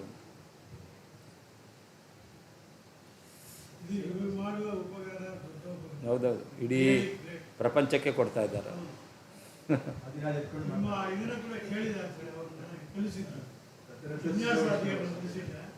ಈಗ ಶಾಸ್ತ್ರ ಸಮನ್ವಯ ಕೂಡ ಈ ಥರ ಏನಾದ್ರು ಮಾಡೋದು ಅವ್ರಿಗೆ ನಾನು ರಿಕ್ವೆಸ್ಟ್ ಮಾಡಿದ್ರೆ ತುಂಬ ಜಿಜ್ಞಾಸೆ ಹೆಲ್ಪ್ಫುಲ್ ಆಗಿದೆ. ಸಮಯ ಇಲ್ಲ, ಕುದುರೆ ಸೇವ್ ಮಾಡಿಟ್ಟಿದ್ದಾರಲ್ಲ, ಇವೇ ದೊಡ್ಡ ಎಲ್ಲ ಸೇವ್ ಮಾಡಿಟ್ಟಿದ್ದಾರೆ. ಎಲ್ಲ ಪೂರಾ ಪಾಠವನ್ನು ಸೇವ್ ಮಾಡಿ ನೀವು ಮಾಡಿದ ಈಗ ನನಗೆ ನಾರ್ಮಲ್ ಹೇಗೆ ಮಾಡಿದ್ದು ತಿಳಿಯಲಿಲ್ಲ, ಇಲ್ಲ ಅವರೇ ಹೇಳ್ಸಿದ್ರು. ಈಗ ಮಾಡಿ ಸೇವ್ ಮಾಡಿ ಸೆಲ್ಯುಲೇಟ್ ವಿನ್ಯಾಸ ಇದು ಪೂರ್ಣ ಭಾಗದ ಇವಾಗ ಒಂದು ಅಧ್ಯಾಯ ಮುಗೀತು, ಎರಡನೇ ಅಧ್ಯಾಯ ಪ್ರಾರಂಭ ಆಯಿತು. ಅವರು ಈ ಥರ ಮಾಡೋದ್ರಿಂದ ಆ ತಾತ್ಪರ್ಯ ನೆನಪು ಮಾಡಿದ್ದೀರಾ? ಹಾಂ, ಆಗೋದಲ್ಲ. ಭಾಗವತ ಭಗವದ್ಗೀತೆ ಒಂದು ದಿವಸ ಬ್ರಹ್ಮ, ಅದು ಸದ್ಯಕ್ಕೆ ನಿಂತಿದೆ. ಅದು ತಾತ್ಪರ್ಯ ಏನು? ಇಲ್ಲ, ಭಾಗವತ ಗೀತಾ ತಾತ್ಪರ್ಯ, ಅದು ಗೀತಾ ಭಾಷೆ, ಗೀತಾ ತಾತ್ಪರ್ಯ ಗೀತ ತಾತ್ಪರ್ಯ ಹೇಳಿ. ಅಲ್ಲ, ಅದು ಒಟ್ಟಿಗೆನೆ. ಈಗ ಭಾಷ್ಯ, ತಾತ್ಪರ್ಯ, ವಿವೃತಿ. ಮೊದಲು ವಿವೃತಿ ಹೇಳಿಬಿಡೋದು, ಆಮೇಲೆ ಭಾಷ್ಯ, ತಾತ್ಪರ್ಯ. ಒಂದು ದಿವಸ ಅದು, ಒಂದು ದಿವಸ ಇದು. ಆದಿ ಮಧ್ಯಾಂತ ಪದ್ಯಾನ, ಆದಿಯಲ್ಲಿ, ಮಧ್ಯದಲ್ಲಿ, ಕೊನೆಯಲ್ಲಿರ್ತಕ್ಕಂತಹ ಪದ್ಯಗಳಾದ ಏಕಭಾವಾನಾಂ, ಒಂದೇ ಅಭಿಪ್ರಾಯವುಳ್ಳಂತಹ ತ್ರಯಾಣಾಂ, ತಮುಪಾಗತಮಾಲಕ್ಷ್ಯ ಯನ್ಮಾಯಯಾ ಗಹನಯ ತ್ರಯಾಣಾಂ ಏಕಭಾವಾನಾಂ ಎಂಬತಕ್ಕಂತಹ ಮೂರಕ್ಕೆ ಯಹ ಯಾರು ಭಿದಾಂ ಅಭಿಪ್ರಾಯ ಭೇದವನ್ನು ನವೈಪಶ್ಯತಿ ತಿಳಿಯುವುದಿಲ್ಲವೋ ಸಹ ಅವನು ಶಾಂತಿ ಮೋಕ್ಷವನ್ನು, ಅಥವಾ ಕಲಹ ಶಾಂತಿ, ಜಗಳ ಆ ಅರ್ಥವೋ ಈ ಅರ್ಥವೋ ಅಂತ, ಅದನ್ನು ಶಾಂತಿ, ಜಗಳದ ಮುಗಿಯುವಿಕೆಯನ್ನು ಗಚ್ಚತಿ ಅಧಿಗಚ್ಚತಿ ಹೊಂದುತ್ತಾನೆ ಅಂತ, ಅಲ್ಲಿಗೆ ಜಗಳ ಮುಗಿಯುತ್ತೆ ಅಂತ. ಆದಿ ಮಧ್ಯಾಂತ ಪದ್ಯಾನ, ಆದಿಯಲ್ಲಿ, ಮಧ್ಯದಲ್ಲಿ, ಕೊನೆಯಲ್ಲಿರ್ತಕ್ಕಂತಹ ಪದ್ಯಗಳಾದ ಏಕಭಾವಾನಾಂ, ಒಂದೇ ಅಭಿಪ್ರಾಯವುಳ್ಳಂತಹ ತ್ರಯಾಣಾಂ, ತಮುಪಾಗತಮಾಲಕ್ಷ್ಯ ಯನ್ಮಾಯೆಯ ಗಹನಯ ತ್ರಯಾಣಾಂ ಏಕಭಾವಾನಾಂ ಎಂಬತಕ್ಕಂಥ ಮೂರಕ್ಕೆ ಯಾರು ಭಿದಾಂ ಅಭಿಪ್ರಾಯ ಭೇದವನ್ನು ನವೈಪಶ್ಯತಿ ತಿಳಿಯುವುದಿಲ್ಲವೋ ಸಹ ಅವನು ಶಾಂತಿಂ ಮೋಕ್ಷವನ್ನು ಅಥವಾ ಜಗಳದ ಉಪಶಮನವನ್ನು ಅಧಿಗಚ್ಚತಿ ಹೊಂದುತ್ತಾನೆ. ವಿವಾದ ಅಲ್ಲಿಗೆ ಮುಗಿಯುತ್ತೆ. ಅಧುನಾ ತ್ರಯಾಣಾಮಿತಿ ಪದ್ಯಸ್ಯ ಪಾದಮಾತ್ರಸ್ಯ ವ್ಯತ್ಯಾಸೇ ಕೃತೆ ತದೇವ ಪರಸ್ಯ ಉತ್ತರಂ ಭವತಿ ಇತ್ಯಾಹ. ತ್ರಯಾಣಾಂ ಏಕಭಾವಾನಾಂ ಎಂಬತಕ್ಕಂಥ ಪದ್ಯದಲ್ಲಿ ಪಾದಮಾತ್ರಸ್ಯ, ಯಾವ ಆದಿಮಧ್ಯಾಂತ ಪದ್ಯಾನಾಂ ಎಂಬತಕ್ಕಂಥ ಮೂರನೇ ಪಾದ ಇದೆಯಲ್ಲ, ಈ ಮೂರನೇ ಪಾದವನ್ನು ಸ್ವಲ್ಪ ವ್ಯತ್ಯಾಸ ಮಾಡಿಬಿಟ್ರೆ ತದೇವ ಪರಸ್ಯ ಉತ್ತರಂ ಭವತಿ, ಮಾಯಾವಾದಿಗಳಿಗೆ ಈ ಶ್ಲೋಕವೇ ಉತ್ತರವಾಗುತ್ತೆ ಅಂತ ಹೇಳ್ತಾ ಇದ್ದಾರೆ. ಯಾವ ಪ್ರಶ್ನೆ ಅವರಿಗೆ ಬಂದಿದೆಯೋ ಅದೇ ಶ್ಲೋಕದಲ್ಲಿ ಉತ್ತರವನ್ನು ಹೇಳಿ ಬರುತ್ತೆ. ಏಕಭಾವಾನಾಂ ಅಂದರೆ ಏನರ್ಥ? ಏಕಪ್ರಕಾರಕ ಅಭಿಪ್ರಾಯಾಣಾಂ, ಮೂರು ಶ್ಲೋಕಗಳು ಒಂದೇ ಅಭಿಪ್ರಾಯ, ಏಕಪ್ರಕಾರಕ ಅಭಿಪ್ರಾಯ, ಒಂದೇ ಅಭಿಪ್ರಾಯವುಳ್ಳವುಗಳಾಗಿದ್ದಾವೆ. ತ್ರಯಾಣಾಂ ಯಾವುದದು? ಆದಿಮಧ್ಯಾಂತ ಪದ್ಯಾನಾಂ, ಅದನ್ನು ಹೇಳ್ತಾರೆ. ತಮುಪಾಗತಮಾಲಕ್ಷ್ಯ ಯನ್ಮಾಯೆಯ ಗಹನಯ ತ್ರಯಾಣಾಂ ಏಕಭಾವಾನಾಮಿತಿ ಪದ್ಯಾನಾಂ ಇತ್ಯರ್ಥ ಅಂತ. ಮೂರು ಶ್ಲೋಕ ಯಾವುದು ಅಂತಂದರೆ ಆದಿಮಧ್ಯ ಅಂತ ಮೂರು ಶ್ಲೋಕ ತ್ರಯಾಣ ಅಂತ. ಆದಿ ಮಧ್ಯ ಅಂತದಲ್ಲಿ ಇರುವ ಮೂರು, ಅದನ್ನು ಹೇಳ್ತಾ ಇದ್ದಾರೆ. ತಮುಪಾಗತಮಾಲಕ್ಷ್ಯ ಯನ್ಮಾಯೆಯ ತ್ರಯಾಣಾಂ ಏಕಭಾವಾನಾಂ ಅಂತ ಮೂರು ಶ್ಲೋಕಗಳು. ಯಹ ಪುರುಷಃ ಭಿದಾಂ ಅಂದ್ರೇನು? ವಾಕ್ಯಭೇದಂ, ಬೇರೆ ಬೇರೆ ಅರ್ಥವನ್ನು ಹೇಳ್ತಾ ಇದೆ ಎಂಬುದಾಗಿ ನ ಪಶ್ಯತಿ ತಿಳಿಯೋದಿಲ್ಲವೋ. ವಾಕ್ಯಭೇದ ಯಥಾ ಭವತಿ ತದಾ ತಥಾ ತದರ್ಥಂ ನ ಪಶ್ಯತಿ ಇತಿ ಯಾವತ್ ಅಂತ. ವಾಕ್ಯಭೇದ ಅಂದರೆ ಏನರ್ಥ? ಬೇರೆ ಬೇರೆ ಅರ್ಥವನ್ನು ಹೇಳ್ತಾ ಇದ್ದರೆ ವಾಕ್ಯಭೇದ ಅಂತ ಅರ್ಥ. ವಾಕ್ಯಗಳು ಬೇರೆ ಬೇರೆ, ವಾಕ್ಯಗಳು ಬೇರೆ ಬೇರೆ ಅಂದರೆ ಏನರ್ಥ? ವಾಕ್ಯಭೇದ ಯಥಾ ಭವತಿ ತಥಾ ನ ಪಶ್ಯತಿ ಅಂತ ಅರ್ಥ. ಬೇರೆ ಬೇರೆ ಅರ್ಥವನ್ನು ಹೇಳುವಂತೆ ಅವನು ಅರ್ಥ ಮಾಡಿಕೊಳ್ಳೋದಿಲ್ಲ ಅಂತ ಅರ್ಥ. ಏಕಸ್ಮಿನ್ ಅಧ್ಯಾಯೇ ಏಕೇನ ಋಷಿಣ ಪ್ರೋಚ್ಯಮಾನ ಪದ್ಯಾನ ಏಕವಾಕ್ಯತಾ ಏವ ಕರ್ತವ್ಯ. ಒಂದೇ ಅಧ್ಯಾಯದಲ್ಲಿ ಒಬ್ಬನೇ ಅನೇಕ ವಿಷಯವನ್ನು ಹೇಳ್ತಾ ಇದ್ದಾನೆ ಅಂತಂದರೆ ಅದಕ್ಕೆ ಒಂದೇ ಅರ್ಥವನ್ನು ಹೇಳ್ತಾ ಇದ್ದಾನೆ ಎಂಬತಕ್ಕಂಥ ಏಕವಾಕ್ಯತ್ವವನ್ನು ತರಬೇಕು. ಏಕವಾಕ್ಯತಾ ಅಂತಂದರೆ ಏಕಾರ್ಥ ಪ್ರತಿಪಾದಕತ್ವಂ ಏಕವಾಕ್ಯತ್ವಂ, ಒಂದೇ ವಿಷಯವನ್ನು ಪ್ರತಿಪಾದನೆ ಮಾಡುತ್ತಾ ಇದ್ದಾರೆ ಅಂತಕ್ಕಂಥದ್ದು. ಬ್ರಹ್ಮಸೂತ್ರಕ್ಕೆ ಏಕವಾಕ್ಯತಾ ಇದೆ, ಅದಕ್ಕೆ ಬ್ರಹ್ಮಸೂತ್ರ. ಅದು ಯಾಕೆ? ಬ್ರಹ್ಮ ವಿಷಯಕವಾದ ವಿಚಾರವನ್ನೇ ಹೇಳ್ತಾ ಇದೆ, ಆದ್ದರಿಂದ ಬ್ರಹ್ಮಸೂತ್ರ. ಅಂದರೆ ಒಂದೊಂದನ್ನು ಬ್ರಹ್ಮಸೂತ್ರ ಅಂತ ಕರೀತಾರೆ. ಯಾಕೆ ಅಂತಂದರೆ ಏಕವಾಕ್ಯತಾ ಇದೆ. ಏನು ವಾಕ್ಯತಾ? ಬ್ರಹ್ಮನ ವಿಚಾರವನ್ನೇ ಹೇಳ್ತಾ ಇದೆ ಅಂತಕ್ಕಂಥದ್ದು. ಹಾಗೆಯೇ ಈ ಮೂರು ಶ್ಲೋಕಗಳಿಗೆ ಏಕವಾಕ್ಯತ್ವವನ್ನು ತರಬೇಕು. ಅಂದರೆ ಏಕಾಭಿಪ್ರಾಯ ಪ್ರತಿಪಾದಕ ಅಂತ ಹೇಳಬೇಕು, ಅವಾಗ ಏಕವಾಕ್ಯತ್ವ ಬರುತ್ತೆ. ವಾಕ್ಯಭೇದಸ್ತು ಸರ್ವತಾ ನ ಕರ್ತವ್ಯ ಅಂತ. ವಾಕ್ಯಭೇದ ಮಾಡಬಾರ್ದು. ಅಂದರೆ ಬೇರೆ ಬೇರೆ ಅರ್ಥವನ್ನು ಹೇಳ್ತಾ ಇದೆ ಅಂತ ಸರ್ವಥಾ ಮಾಡಲೇಬಾರದು. ಅದಕ್ಕೆ ಹೇಳ್ತಾರೆ, ಸಂಭವತ್ ಏಕವಾಕ್ಯತ್ವೇ ವಾಕ್ಯವೇದೋ ಹಿದೂಷಣಂ ಇತಿ ಯಸ್ಯ ವಿವೇಕ ಅಸ್ತಿ ಇತಿ ಭಾವ ಅಂತ. ಏಕವಾಕ್ಯತ ಅವನು ಹೇಳಲಿಕ್ಕೆ ಬರ್ತಾ ಇದೆ ಅಂತಾದರೆ ಆವಾಗ ವಾಕ್ಯಭೇದೋ ಹಿ ದೋಷಣ, ಬೇರೆ ಬೇರೆ ಅರ್ಥ ಪ್ರತಿಪಾದಕ ಅಂತ ಹೇಳ್ತೀರಾ ಅಂತಂದರೆ ಅದು ದೋಷ ಅಂತ ಈ ಜ್ಞಾನ ಯಾರಿಗಿದೆಯೋ ಅಂಥವನು ಏಕವಾಕ್ಯತ್ವವನ್ನು ತಂತಿಡ್ತಾನೆ. ಇಲ್ಲ ಅಂತಂದರೆ ವಾಕ್ಯಭೇದ ಬಂದು ತರ್ತಾನೆ. ಸಹ ಪುರುಷ ಶಾಂತಿಂ, ಎರಡರ್ಥ, ಕಲಹ ಶಾಂತಿಂ ಅಧಿಗಚ್ಚತಿ, ಅಲ್ಲಿಗೆ ವಿವಾದ ಎಂಬತಕ್ಕಂಥದ್ದು ಮುಗಿಯುತ್ತೆ ಅಂತ. ಪೂರ್ವೋತ್ತರ ಅವಿರುದ್ಧಾರ್ಥಸ್ಯೈವ ವಿವೇಕಿನ ವಕ್ತವ್ಯತ್ವಾತ್, ವಿವೇಕಿಯಾದವನು ಯಾವ ರೀತಿಯಲ್ಲಿ ಅರ್ಥ ಮಾಡಬೇಕು ಶ್ಲೋಕಗಳಿಗೆ, ಪೂರ್ವೋತ್ತರ ಶ್ಲೋಕಗಳಿಗೆ ವಿರೋಧ ಬಾರದ ಹಾಗೆ, ಪೂರ್ವೋತ್ತರ ವಿರೋಧ ಬಾರದ ಹಾಗೆ ಅರ್ಥವನ್ನು ಹೇಳಬೇಕು. ಅವಿರುದ್ಧ ಅರ್ಥಸ್ಯೈವ ವಿವೇಕಿನ ವಕ್ತವ್ಯತ್ವ. ಸ್ವರೂಪಭೇದಾಭಾವಸ್ಯ ಚ ಉಕ್ತರೀತ್ಯ ಪೂರ್ವವಿರುದ್ಧತ್ವಾತ್ ಭಿದಾಶಬ್ದಸ್ಯ ಪೂರ್ವೋತ್ತರ ವಿರುದ್ಧ ಬುದ್ಧಿ ಭೇದಾದ್ಯರ್ಥಕತ್ವಮೇವ ವಕ್ತವ್ಯಂ ಇತ್ಯನುಸಂಧಾಯ ಭೇದವಾದಿಭಿಃ ಸಹ ಕಲಹಂ ಮುಂಚತಿ ಇತಿ ಭಾವಃ. ಸ್ವರೂಪಭೇದಾಭಾವ ಹೇಳಿಬಿಟ್ರೆ ಯೋ ನ ಪಶ್ಯತಿ ವೈ ಭಿದಾಮ್ ಅಂತಿದೆ. ಯಹ ಭಿದಾಮ್ ನ ಪಶ್ಯತಿ, ಸ್ವರೂಪ ಭೇದವನ್ನು ತಿಳಿಯೋದಿಲ್ಲ ಅಂತ ಅರ್ಥ ಮಾಡಿಬಿಟ್ರೆ ಆವಾಗ ಪೂರ್ವ ವಿರುದ್ಧತ್ವ. ಹಿಂದೆ ತಮುಪಾಗತಮಾಲಕ್ಷ್ಯ ಎಂಬತಕ್ಕಂಥ 3 ಶ್ಲೋಕದಲ್ಲಿ ಯನ್ಮಾಯೆಯ ಗಹನೆಯ ಎಂಬತಕ್ಕಂಥ ಭೃಗುಗಳ ವಾಕ್ಯದಲ್ಲಿ ಭೇದವನ್ನು ಹೇಳಿದ್ದಾರೆ. ನೀವು ಕೊನೆಯ ಶ್ಲೋಕದಲ್ಲಿ ತ್ರಯಾಣಾಂ ಏಕಭಾವನೆ ಎಂಬತಕ್ಕ ಶ್ಲೋಕಕ್ಕೆ ಅದು ಯೋನ ಪಶ್ಯತಿ ವೈ ಭಿದಾಮ್, ಸ್ವರೂಪ ಭೇದವನ್ನು ತಿಳಿಯೋದಿಲ್ಲ ಅಂತ ಅರ್ಥ ಮಾಡಿಬಿಟ್ರೆ ಪೂರ್ವ ವಿರುದ್ಧತ್ವ, ಪೂರ್ವ ವಿರೋಧ ಎಂಬತಕ್ಕಂಥದ್ದು ಬರುತ್ತೆ. ಹಾಗಾದರೆ ಭಿದಾ ಶಬ್ದಕ್ಕೆ ಏನರ್ಥ ಮಾಡಬೇಕು ಅಂತಂದರೆ ವಿರುದ್ಧತ್ವಾತ್ ಭಿದಾ ಶಬ್ದಸ್ಯ ಏನರ್ಥ, ಪೂರ್ವೋತ್ತರ ವಿರುದ್ಧ ಬುದ್ಧಿ ಭೇದಾದ್ಯರ್ಥ ಅರ್ಥಕತ್ವಮೇವ ವಕ್ತವ್ಯ. ಆದ್ದರಿಂದ ಭಿದಾನದಕ್ಕೆ ಅಭಿಪ್ರಾಯ ಭೇದ ಇಲ್ಲ, ಬುದ್ಧಿ ಭೇದ ಇಲ್ಲ ಎಂಬುದಾಗಿ ಅರ್ಥವನ್ನು ಹೇಳಬೇಕು.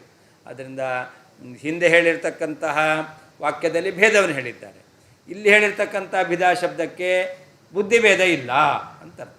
ಆದ್ದರಿಂದ ಬ್ರಹ್ಮ ವಿಷ್ಣು ಮಹೇಶ್ವರರು ಬೇರೆ ಬೇರೆ ಆಗಿದ್ದಾರೆ, ವ್ಯಕ್ತಿಶಃ ಬೇರೆ, ಅಭಿಪ್ರಾಯತಃ ಒಂದೇ ಅಭಿಪ್ರಾಯವುಳ್ಳವರಾಗಿದ್ದಾರೆ.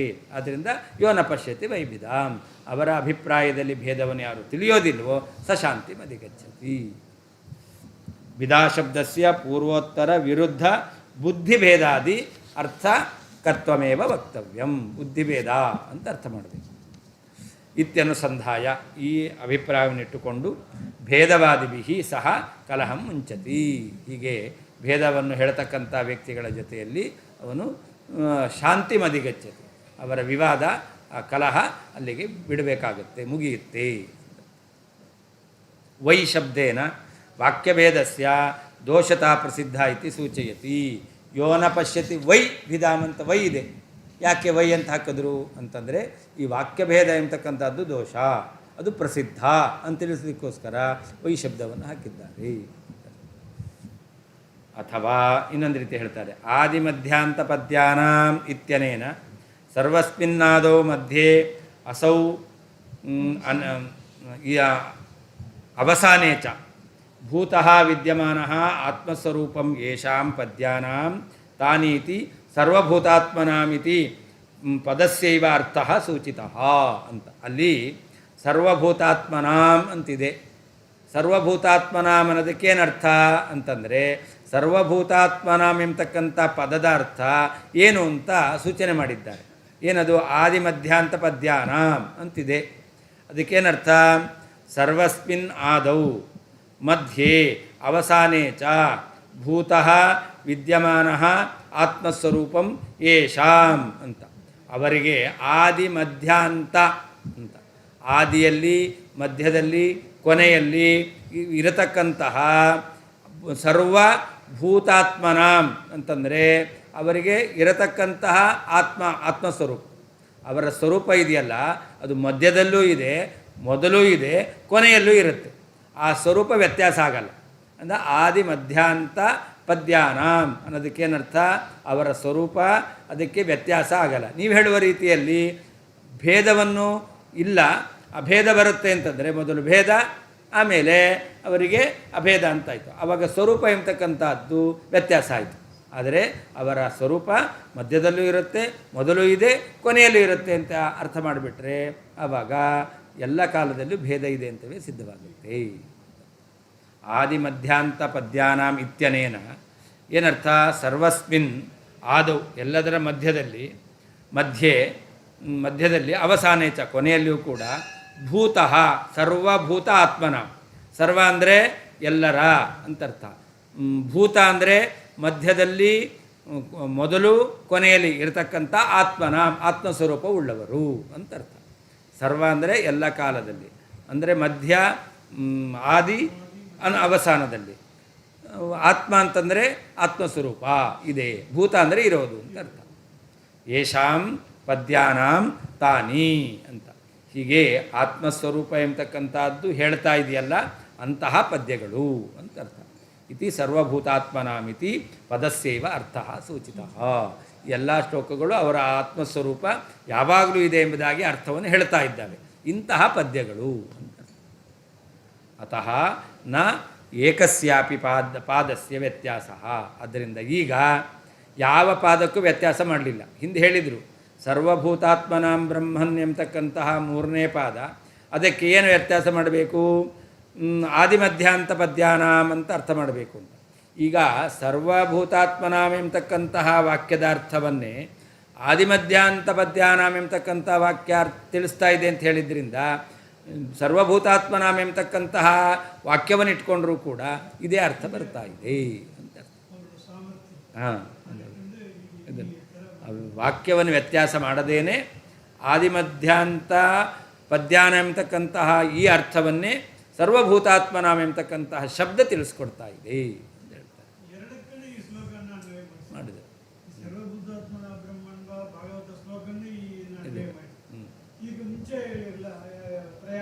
ಹೌದು. ಹಾಂ, 3 ಶ್ಲೋಕಕ್ಕೂ ಅಂತ ಅರ್ಥ ಮಾಡಿ ಎರಡೂ ರೀತಿ ಅರ್ಥ. ತಚ್ಛಂಕಿತ ಶ್ಲೋಕೇನೈವ ತಸ್ಯ ಉತ್ತರದಾನಮಿತಿ ಭಾವ. ಯಾವ ಶ್ಲೋಕದಿಂದ ಜೀವಬ್ರಹ್ಮರಿಗೆ ಅಭೇದ ಅಂತ ಶಂಕೆ ಬಂತೋ ಅದೇ ಶ್ಲೋಕದಿಂದಲೇ ಅಲ್ಲಿರುವಂತಹ ಸರ್ವಭೂತಾತ್ಮನಾಂ ಎಂಬತಕ್ಕಂಥ ಶಬ್ದದಿಂದಲೇ ಅವರಿಗೆ ಉತ್ತರವನ್ನು ಕೊಟ್ಟಿದ್ದಾರೆ. ತ್ರಯಾಣಾಮೇಕ ಭಾವಾನಾಂ ಯೋನ ಪಶ್ಯತಿ ವೈಭಿದಾಂ ಎಂಬತಕ್ಕಂಥದ್ದು ಅವರ ಶಂಕೆಗೆ ಆಸ್ಪದವಾದ ಶ್ಲೋಕ. ಭೇದವನ್ನು ತಿಳಿಬಾರ್ದು ಮೇಲ್ನೋಟಕ್ಕೆ. ಸರ್ವಭೂತಾತ್ಮನಾಂ ಅಂತ ಹೇಳಿದ್ದಾರೆ. ಸರ್ವಕಾಲದಲ್ಲಿ ಇರತಕ್ಕಂತಹ ಆತ್ಮಸ್ವರೂಪರು ಅಂತ ಆ ಶ್ಲೋಕವೇ ಹೇಳಿದೆ. ಆದ್ದರಿಂದಾಗಿ ಆ ಶಂಕೆ ಮಾಡುವವರಿಗೆ ಉತ್ತರವನ್ನು ಅದೇ ಪದದಿಂದ ಕೊಟ್ಟಿದ್ದಾರೆ, ಅದೇ ಶ್ಲೋಕದಿಂದ ಕೊಟ್ಟಿದ್ದಾರೆ. ಏವಂಚ ಪರಬಾಣೇನೈವ ಪರಸ್ಯ ಘಾತಕರಣಾತ್ ಇತಿ ಅತಿಚಮತ್ಕಾರೋಯಮಿತಿ ಜ್ಞಾತವ್ಯಂ. ಅವನ ಬಾಣದಿಂದ ಅವನನ್ನೇ ತಿವಿಯೋದು, ಅವನನ್ನೇ ಹೊಡೆಯೋದು. ಇಲ್ಲಿ ಅವ್ರು ಹೇಳಿದ್ದು ತ್ರಯಾಣಮೇಕ ಭಾವಾನಾಂ ಯೋನ ಪಶ್ಯತಿ ವೈವಿಧಾಂ ಸರ್ವಭೂತಾತ್ಮನಾಂ ಬ್ರಹ್ಮನ್ ಸಶಾಂತಿ ಮದಿಗಚ್ಚತಿ ಅಂತ ಅವ್ರು ಹೇಳಿದ್ದು. ಇದು ಅಭೇದಬೋಧಕವಾಗಿದೆ ಅಂತ ಅವರು ಬಿಟ್ಟಂಥ ಬಾಣ. ಈ ಶ್ಲೋಕದ ಅರ್ಥ ಏನು? ಸರ್ವಭೂತಾತ್ಮನಾಂ ಅಂತಂದರೆ ಎಲ್ಲ ಕಾಲದಲ್ಲಿಯೂ ಇರತಕ್ಕಂತಹ ಆತ್ಮಸ್ವರೂಪ, ಭಿನ್ನ ಭಿನ್ನವಾದಂಥ ಸ್ವರೂಪ ಅಂಥವರಿಗೆ ಏಕಭಾವಾನಾಂ ಒಂದೇ ಅಭಿಪ್ರಾಯ ಉಳ್ಳವರು. ಅವರಲ್ಲಿ ಭಿದಾಂ ಅಂದರೆ ಅಭಿಪ್ರಾಯ ಭೇದವನ್ನು ಯೋ ನ ಪಶ್ಯತಿ ತಿಳಿಯೋದಿಲ್ವೋ ಸಶಾಂತಿ ಮದಿಗಚ್ಚತಿ ಮೋಕ್ಷವನ್ನು ಪಡಿತಾನೆ ಅಂತ ಅವರ ಬಿಟ್ಟ ಬಾಣದಿಂದ ಅವರಿಗೆ ಉತ್ತರವನ್ನು ಕೊಡ್ತಾ ಇದ್ದಾರೆ. ಅದರಿಂದ ಅತಿ ಚಮತ್ಕಾರ ಇದೆ. ಎಲ್ಲಿಯೂ ಅಭೇದ ಚಿಂತೆ ಬರಲಿಕ್ಕೆ ಸಾಧ್ಯವೇ ಇಲ್ಲ. ನಮಗೆ ಬರಲ್ಲ. ಸ್ವಲ್ಪ ಜೀವನಿಗೆ ಆಧ್ಯಾತ್ಮಿಕ ಈ ಅಭೇದದ ಸಂಸ್ಕಾರ, ಭಾವನೆ, ವಾಸನೆ ಮನಸ್ಸಿಗೆ ಬರಲಿಲ್ಲ ಅಂತಾದರೆ ಅವಾಗ ಎಲ್ರಿಗೂ ಭೇದವೇ ಕಾಣೋದು.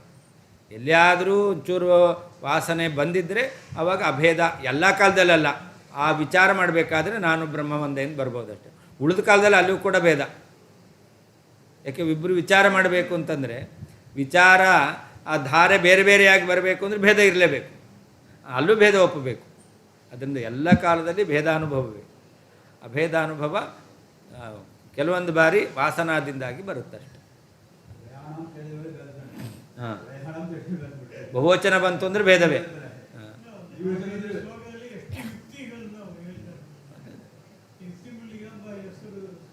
ಸಾರ್ಥಕ ಅದು. ಇಲ್ಲಾಂದ್ರೆ ಆ ಹೆಸರು ಇಡ್ತಿದ್ರು ಅವರು. 10 ನಿಮಿಷ ಬಿಟ್ಟು.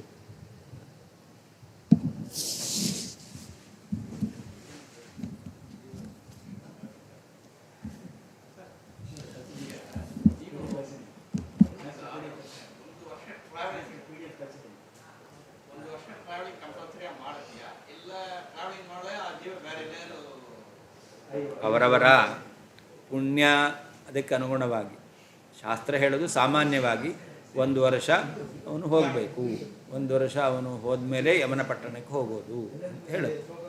ಇನ್ನು ಕೆಲವರಿಗೆ ಇದು ತುಂಬ ವಿಶೇಷವಾದಂತಹ ಪುಣ್ಯ ಇದೆ ಅಥವಾ ಪಾಪ ಇದೆ ಅಂತಾದರೆ ಅದಕ್ಕೆ ಸರ್ವೇ ನಿಯಮ ಸಾಪವಾದ ಎಲ್ಲ ನಿಯಮ. ಹೌದು, ಪಾಪ ಮಾಡಿದರೂ ಅವನು ಬೇಗ ಹುಟ್ಟಬಹುದು, ಪುಣ್ಯ ಮಾಡಿದರೂ ತಡವಾಗಿ ಹುಟ್ಟಬಹುದು, ಅಥವಾ ಆ 1 ವರ್ಷ ಅವನಿಗೆ ಬೇಕಾಗದೇ ಇರಬಹುದು. ಅದೇ ಹೇಳಿದ್ದು, ಅವನ ಪಾಪ ಇನ್ನೂ ಜಾಸ್ತಿ ಆಗಬೇಕು, ಅದಕ್ಕೋಸ್ಕರ ಒಟ್ಟಿಗೆ ನಿನಗೆಲ್ಲ ಪನಿಷ್ಮೆಂಟ್ ಕೊಡ್ತೇವೆ, ಇನ್ನು ಹುಟ್ಟಿ ಇನ್ನಷ್ಟು ಪಾಪ ಮಾಡು ಅಂತ ಹೇಳಿ ಬೇಗ ಹುಟ್ಟಿಸ್ತಾರೆ. ಅದು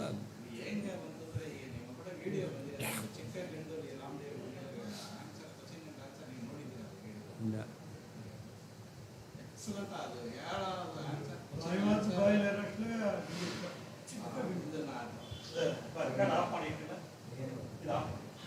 ವಿಡಿಯೋ